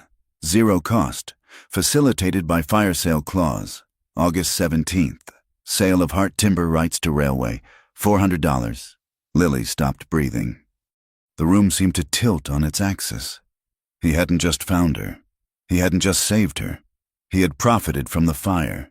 He had taken her father's land, the land her family had died for, and sold the timber to the railroad 2 days after they were buried.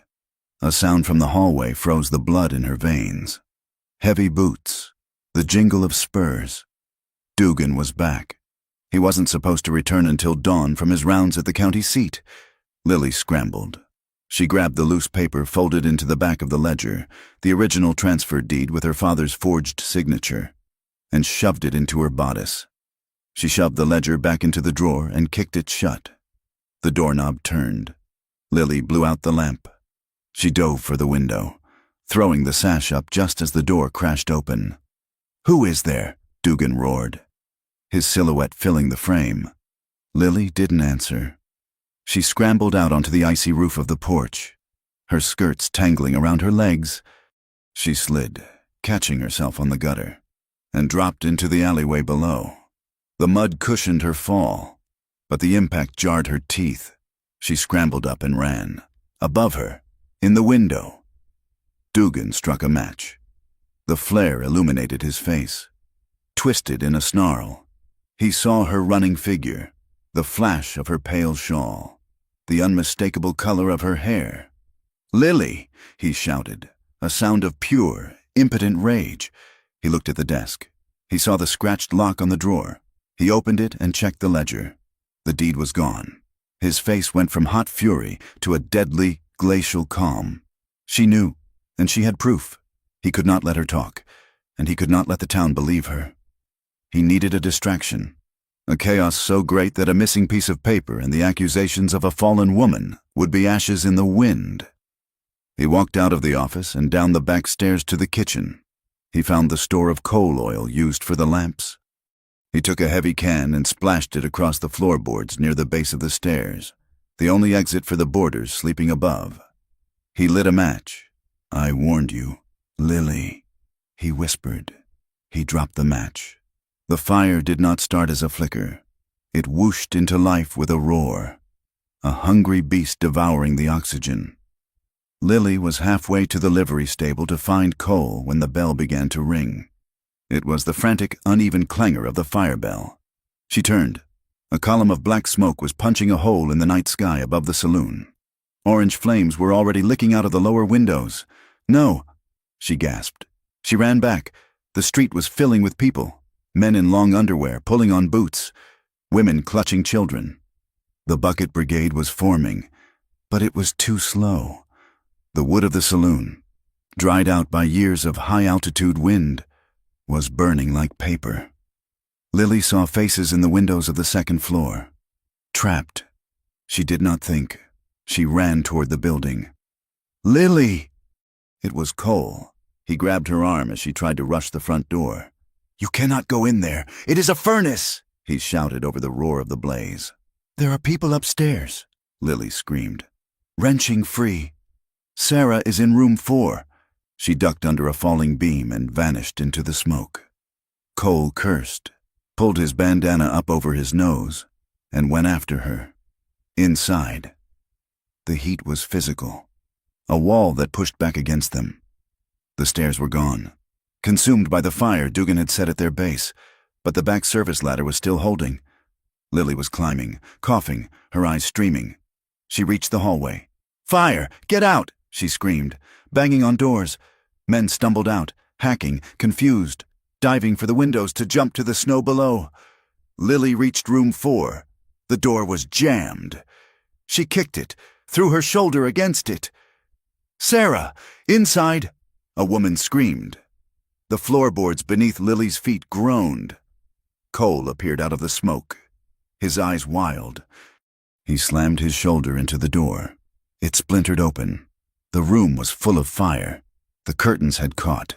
Sarah, a frail woman who worked in the kitchens, was huddled in the corner, surrounded by flames. Cole lunged for her, but the ceiling beam above her gave way with a crack like a cannon shot. It crashed down, bringing the roof with it. "Cole!" Lily screamed. Lunging forward, he grabbed Lily around the waist, hauling her back just as the floor in front of them collapsed into the inferno below. "We cannot get her!" Cole yelled, his voice raw. "She is gone! Lily, we have to go!" "No!" Lily fought him, reaching out toward the wall of fire where Sarah had been. Cole didn't argue. He lifted Lily off her feet, wrapping his heavy coat around her head to shield her from the falling sparks, and ran for the window. He kicked the glass out and jumped. They landed in a snowdrift that had been piled against the side of the building by the plow. The impact knocked the wind out of them. Cole rolled, covering Lily with his body as the saloon roof collapsed inward, sending a geyser of sparks 100 feet into the air. Lily lay in the snow, coughing up soot. She watched the building burn. She thought of the deed in her bodice. She thought of Dugan's face in the window. "He did this," she choked out, clutching Cole's shirt. "He did this because of me."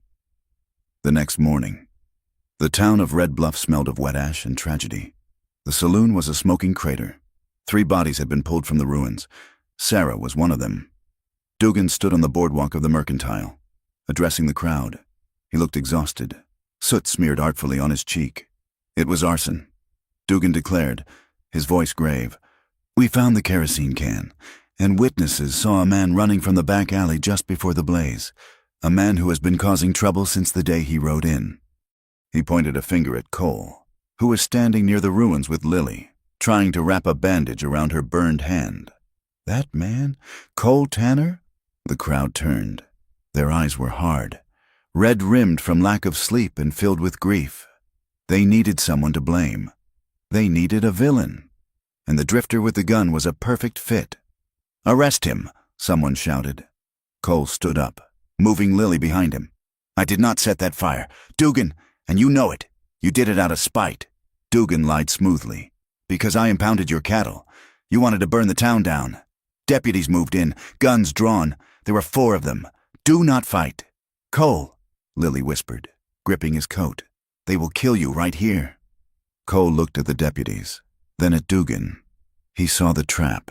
If he drew his gun, he was dead. If he surrendered, he was a prisoner. He raised his hands slowly. They swarmed him. A rifle butt cracked against his skull, sending him to his knees. They kicked him, once, twice in the ribs, before hauling him up and dragging him toward the jail. Lily tried to follow, but Dugan stepped in her path. "Go home, Lily," he said coldly, "before people start asking why you were running out of the alley too." Cole sat in the cell. His head throbbed, and every breath was a knife in his side where a rib had cracked. The jail was cold. Dugan came in an hour later. He dismissed the deputy and stood by the bars. "You have the deed," Dugan said quietly.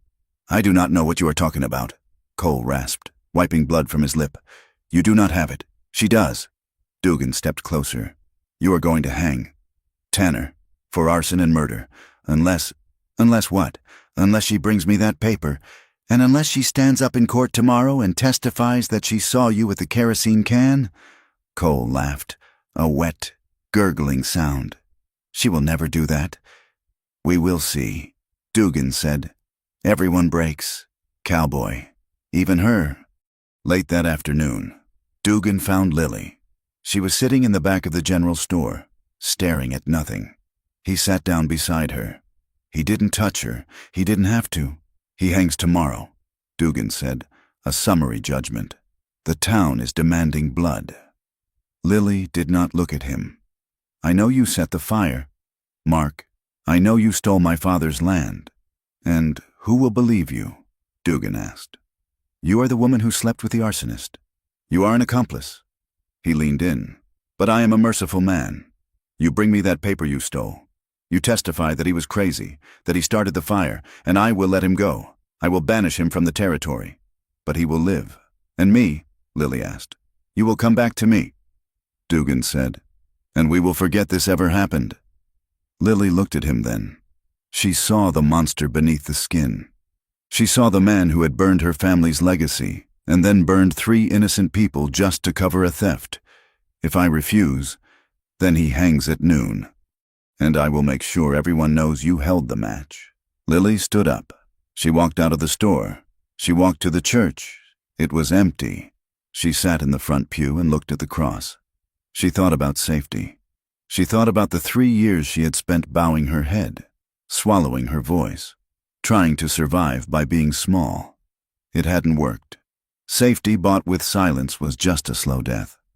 She stood up. She reached into her dress and touched the folded paper. She walked to the makeshift gathering hall at the hotel, where the town council and the angry mob were drinking coffee and planning the hanging. She pushed the doors open. The room went silent. I have something to say, Lily announced. Her voice shook, but her feet were planted wide. Go away, Lily, the mayor said. We have enough trouble. No, Lily said. She walked to the center of the room. She pulled the paper from her dress. Cole Tanner did not set the fire. Sheriff Dugan did. A roar of disbelief went up. Dugan, standing in the corner, went pale. He is a liar, Dugan shouted. She is trying to save her lover. Look at this, Lily screamed, slamming the paper down on the table. Look at the date. My family died on the 14th. This deed says Mark Dugan took our land on the 16th. He sold the timber rights for $400 the next day. She looked around the room, meeting the eyes of the people who had shunned her. He has been stealing from all of you. He keeps a ledger in his desk. He takes your fines. He takes protection money. And when I found proof, he burned down the saloon to hide it. He killed Sarah. He killed Jimmy, to hide his own crimes. The room wavered. The mayor picked up the deed. He adjusted his spectacles. This is Dugan's signature, the mayor muttered. And the date is correct. It is a forgery, Dugan yelled, his hand moving to his gun. Dr. Evans, a gray-haired man who had treated Lily's bruises more than once without asking questions, stood up. I saw the bruises on her. Mark, the doctor said quietly. For years, I never said anything, but a man who beats a woman is a man capable of anything. I saw the ledger.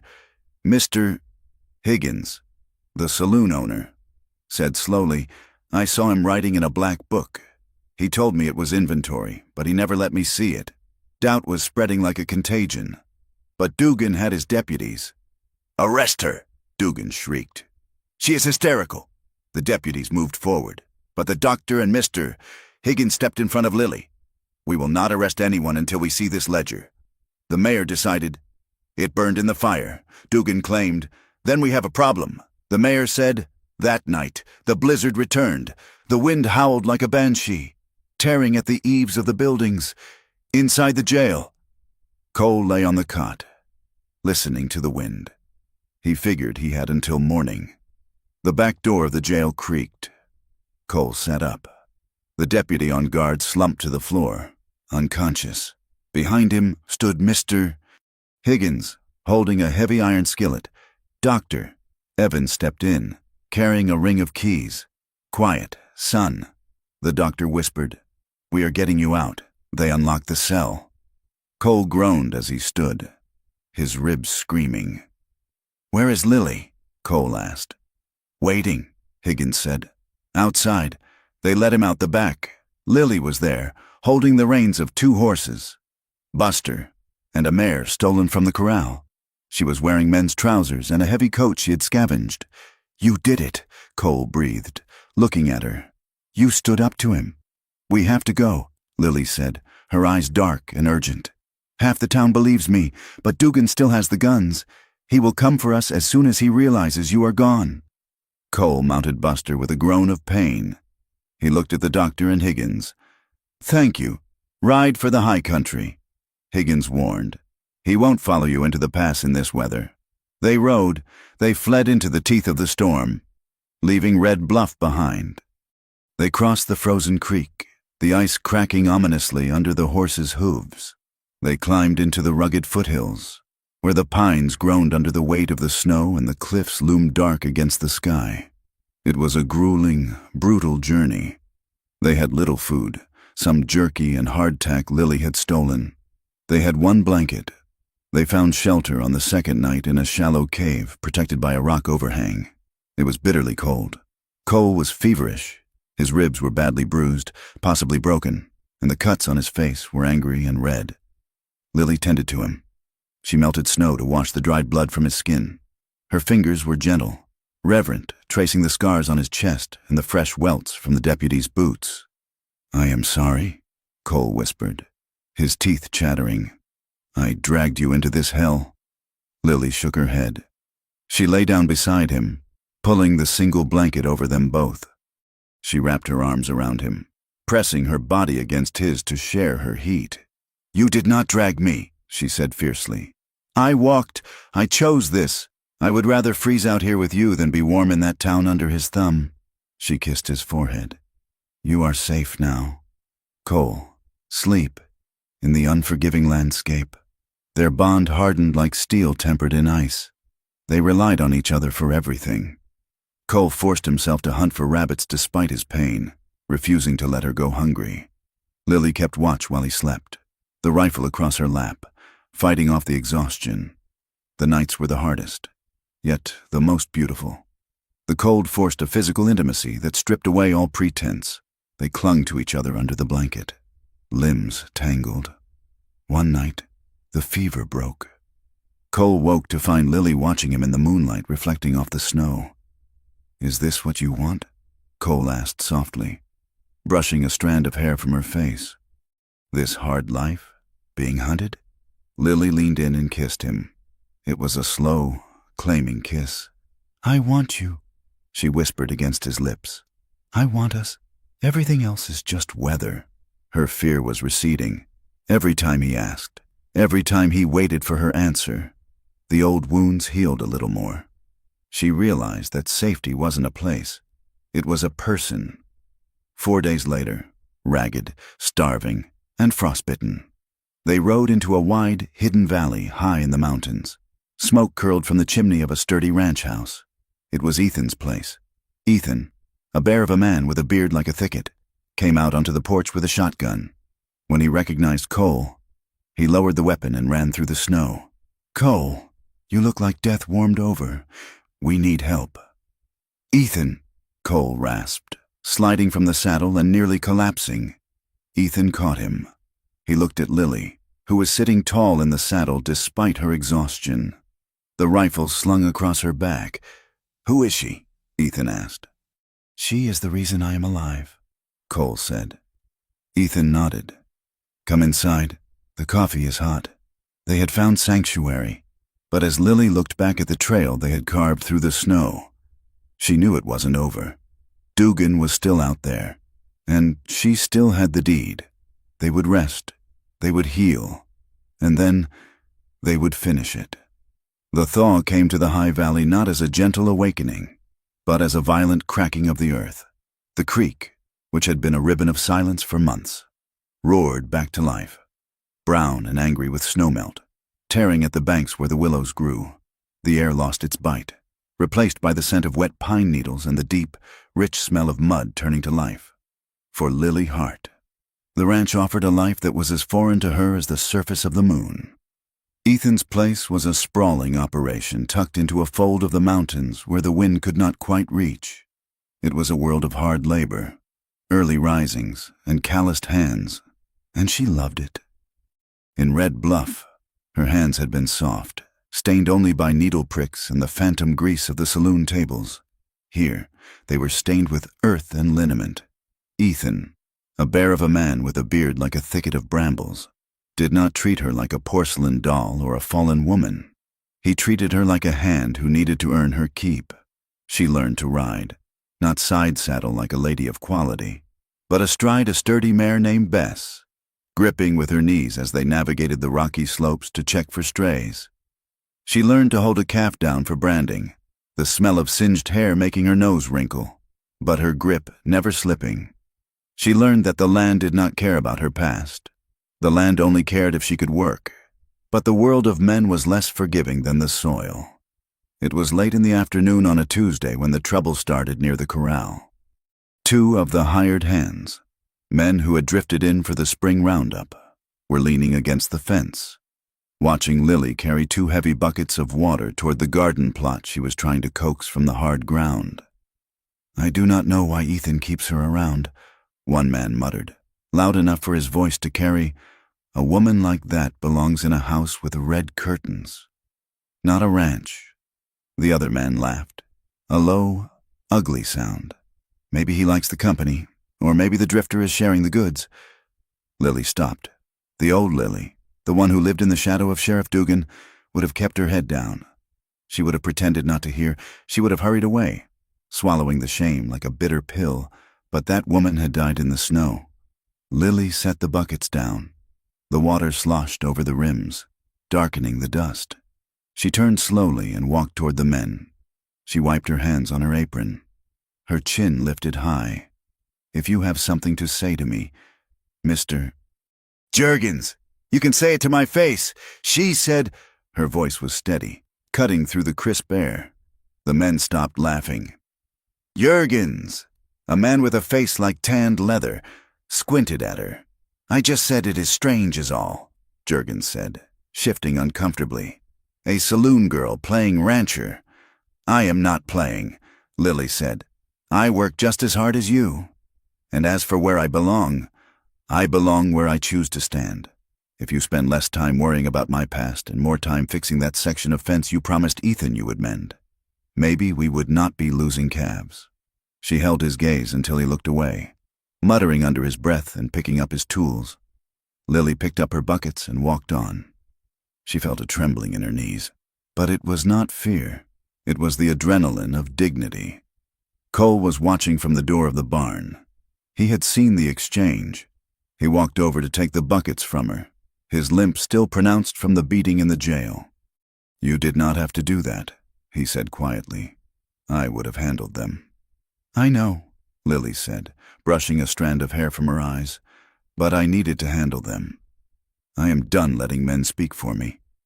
Cole looked at her, and the guilt that lived in his chest tightened. He saw the strength in her. Yes, but he also saw the danger she was in because of him. Rumors were already drifting up from the valley floor. Dugan was not done. "You could have had a quiet life." "Lily," Cole said, his voice rough, "if I had just kept riding that night in the saloon, you would be safe." Lily looked at the vast, open sky, framed by the jagged peaks of the mountains. "I would be a pet. Cole, a well-fed prisoner. Safety without choice is just another kind of prison. I would rather be here, with the mud and the whispers and the danger, than back in that velvet cage." Their makeshift family grew by one a week later. Cole found him hiding in the hayloft. He was a boy of perhaps 12 years, with skin the color of polished copper and eyes that held the wary, hunted look of a coyote pup. He was mixed heritage, likely Arapaho and white, a combination that made him welcome nowhere in the territory. He had been drifting between camps, chased off by settlers who saw him as a savage and native families who saw him as a reminder of encroachment. Cole brought him down, holding him by the scruff of his neck, not roughly, but firmly. "Found a stowaway," Cole announced, bringing the boy into the kitchen where Lily was kneading dough. The boy flinched when he saw Lily. Expecting a blow or a scream, Lily stopped. She wiped the flour from her hands and knelt down. She saw herself in the boy's eyes. She saw the belief that the world was a boot and he was the bug. "Are you hungry?" Lily asked softly. The boy nodded, mute, Sit down, Lily said.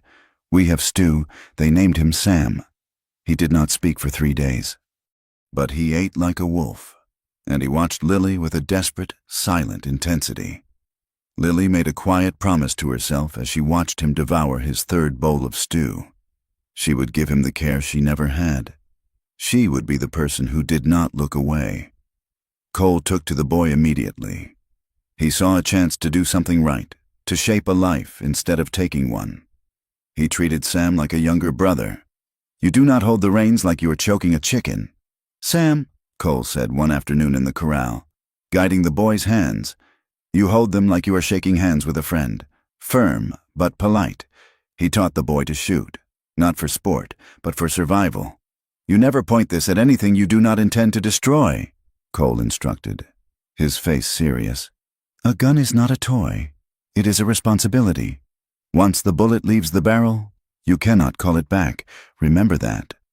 Sam absorbed it all, flourishing under the first consistent kindness he had ever known.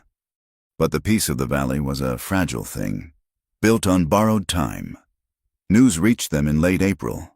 A traveling peddler brought word from Red Bluff. Sheriff Dugan was stirring up a storm. He was blaming the town's economic troubles on a ring of outlaws and loose women who had robbed the county coffers. He claimed Cole Tanner was the ringleader and that Lily Hart had been abducted and was being held against her will, brainwashed by a criminal gang. He is raising a posse, the peddler warned. Chewing on a piece of straw. Big one, 20 men. Says he is coming to bring the girl home where she belongs and hang the rest. Ethan spat on the ground. Let him come. This is free land. But Cole knew better. Dugan was not coming for justice. He was coming to silence the witnesses. The day the posse arrived, the sky was a brilliant, aching blue. It started as a dust cloud on the horizon, a smudge of brown against the green of the foothills. Then came the sound, the low rumble of hooves, the jingle of bit chains, the creak of leather. Cole was in the barn. He saw them coming. He grabbed his rifle and walked out into the yard. Sam was by the water trough. Cole signaled him. Get inside. Sam, get under the bed.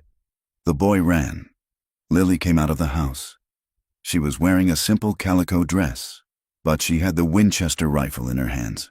She stood beside Cole. Go back inside. Lily, Cole said, his eyes fixed on the approaching riders. No, she said. The posse rode into the yard. There were 15 of them. Deputized drunks, hired guns, and a few confused-looking townsfolk who had likely been bullied into joining. At the front rode Mark Dugan. He looked thinner, his face drawn and tight, his eyes burning with a feverish light. He pulled his horse up, the animal snorting and dancing.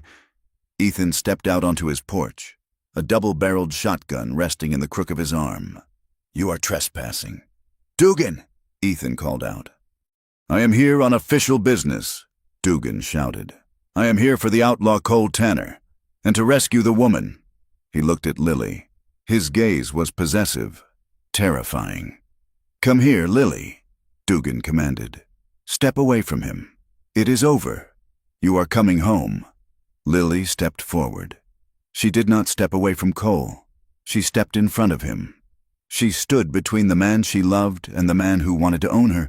Her hands were shaking, trembling against the wood of the rifle stock, but her eyes were steady. I am not your property. Mark, she called out. Her voice rang off the barn walls. And I am not coming home. I am home. You are confused, Dugan said, his voice dripping with false concern. He has turned your mind. You are the one who is confused, Lily said. You think you can burn the truth like you burned the saloon. But you cannot. She raised her voice, addressing the men behind Dugan. He is lying to you, she shouted. He burned the saloon to hide the theft of my family's land. He killed Sarah. He killed the stable boy. Jimmy, I have the proof. Dugan's face twisted. Shut her up, he screamed. She is crazy. The standoff hung in the air, a taut wire ready to snap. The horses stamped nervously. The posse members looked at each other, uneasy. They had signed up to hunt an outlaw, not to shoot a woman who was shouting about murder. One of the hired guns, a man with a nervous twitch, jerked his hand. Perhaps his horse moved. Perhaps he panicked. His gun went off. The crack was deafening. Cole saw it coming. He saw the barrel rise. He didn't think about the promise. He didn't think about the future. He dove. He threw his body across Lily's, spinning her around, shielding her with his own back. The bullet caught him. It slammed into his left shoulder, spinning him around and knocking him into the dust. "Cole!" Lily screamed.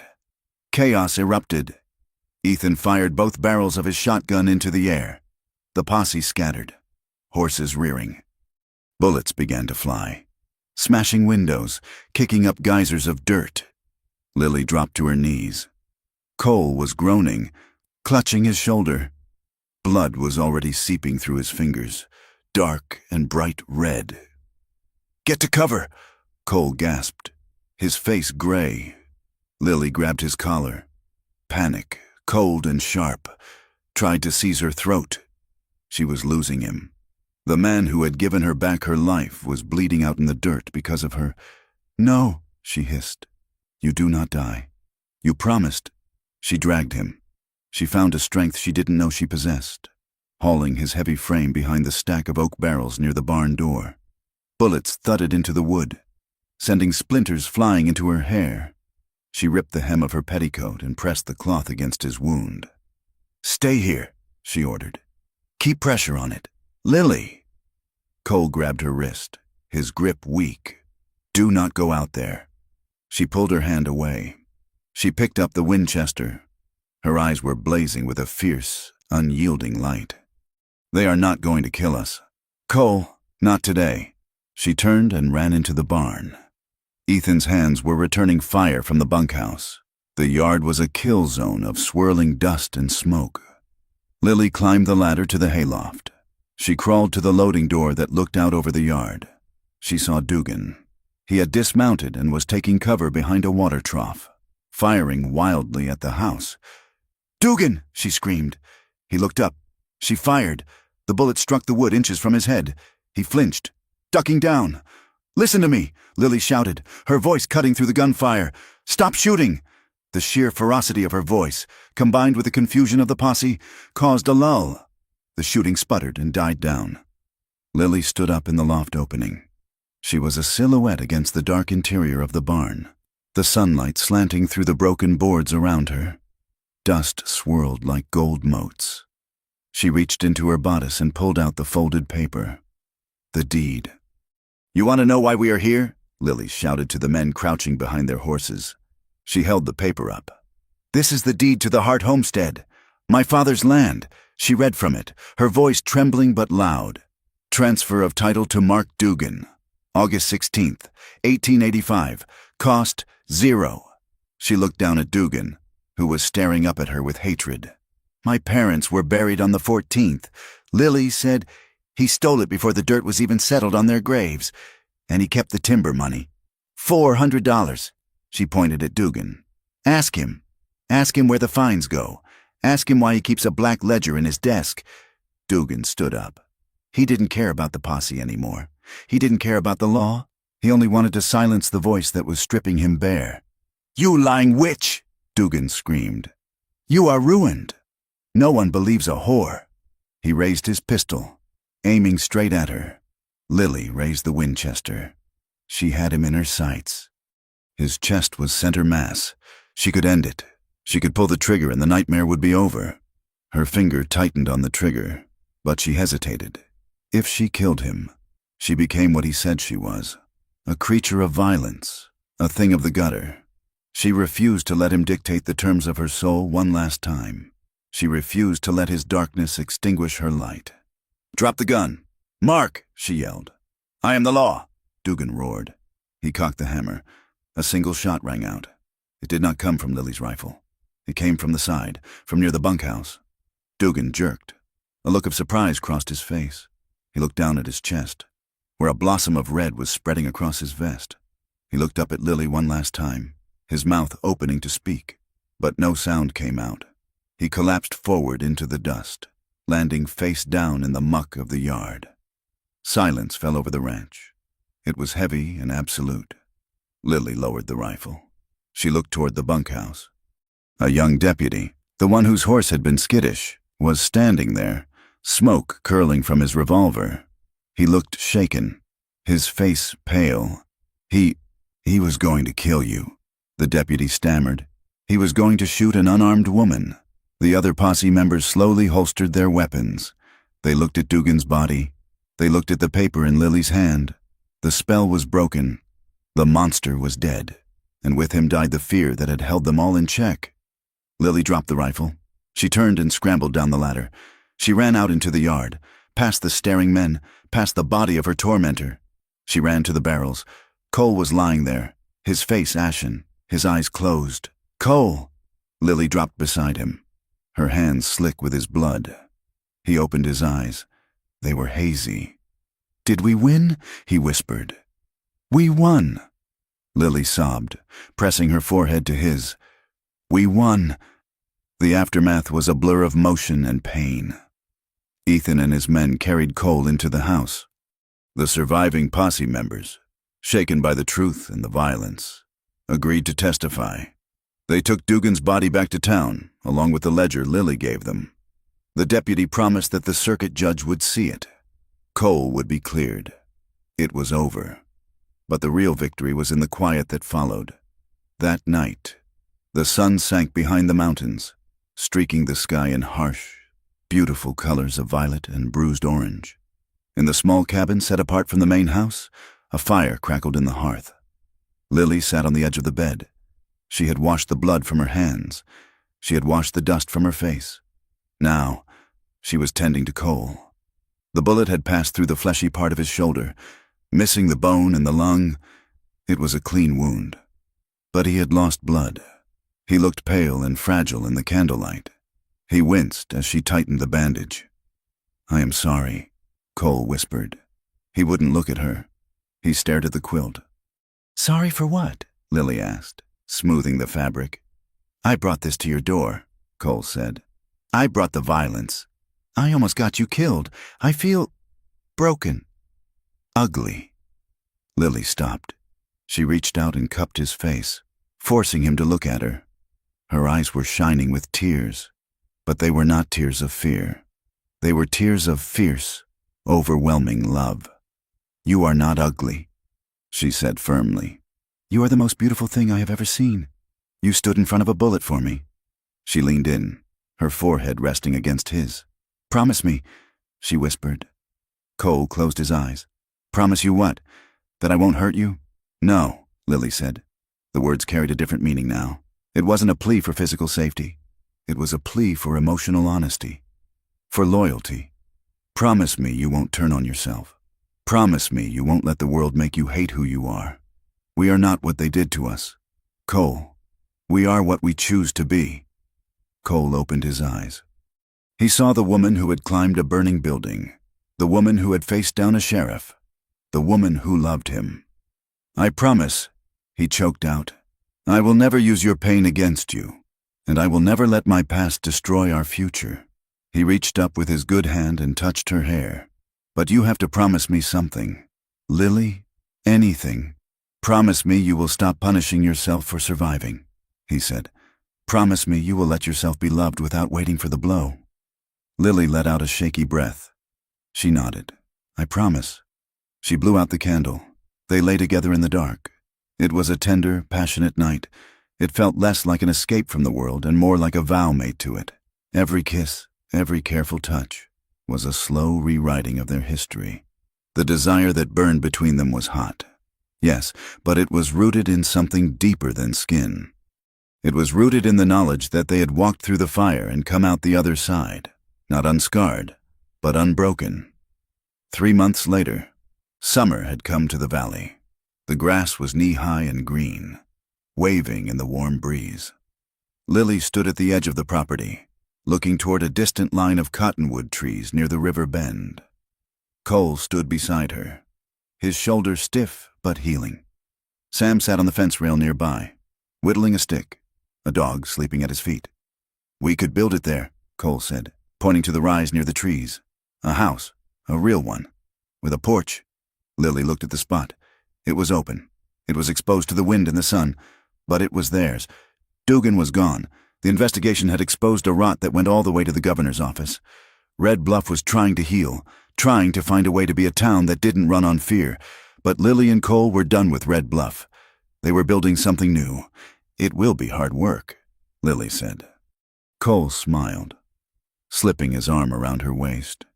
He pulled her close, and she leaned into him, fitting against his side as if she had been carved from his own rib. I am not afraid of work, Cole said. Neither am I, Lily replied. She reached out and took his hand. His palm was rough, scarred, and warm. She squeezed it. He squeezed back. The west was still harsh. The storms would come again. The winter would be cold. But as they stood there, looking at the future, Lily knew they would face it, together. They walked toward the trees, the three of them, leaving the shadows behind. Thank you so much for listening to the story of Lily and Cole. Writing this journey from the dusty streets of Red Bluff to the high mountain valley has been a privilege. I hope their story of resilience and love resonated with you. I would love to hear from you. Please leave a comment below telling me where you are listening from. It is always amazing to see how far these stories travel. If you enjoyed this tale, please consider subscribing to From Wild West for more stories of the frontier. I invite you to share your thoughts, feelings, and feedback in English in the comments section. Until next time, keep your powder dry and your heart open.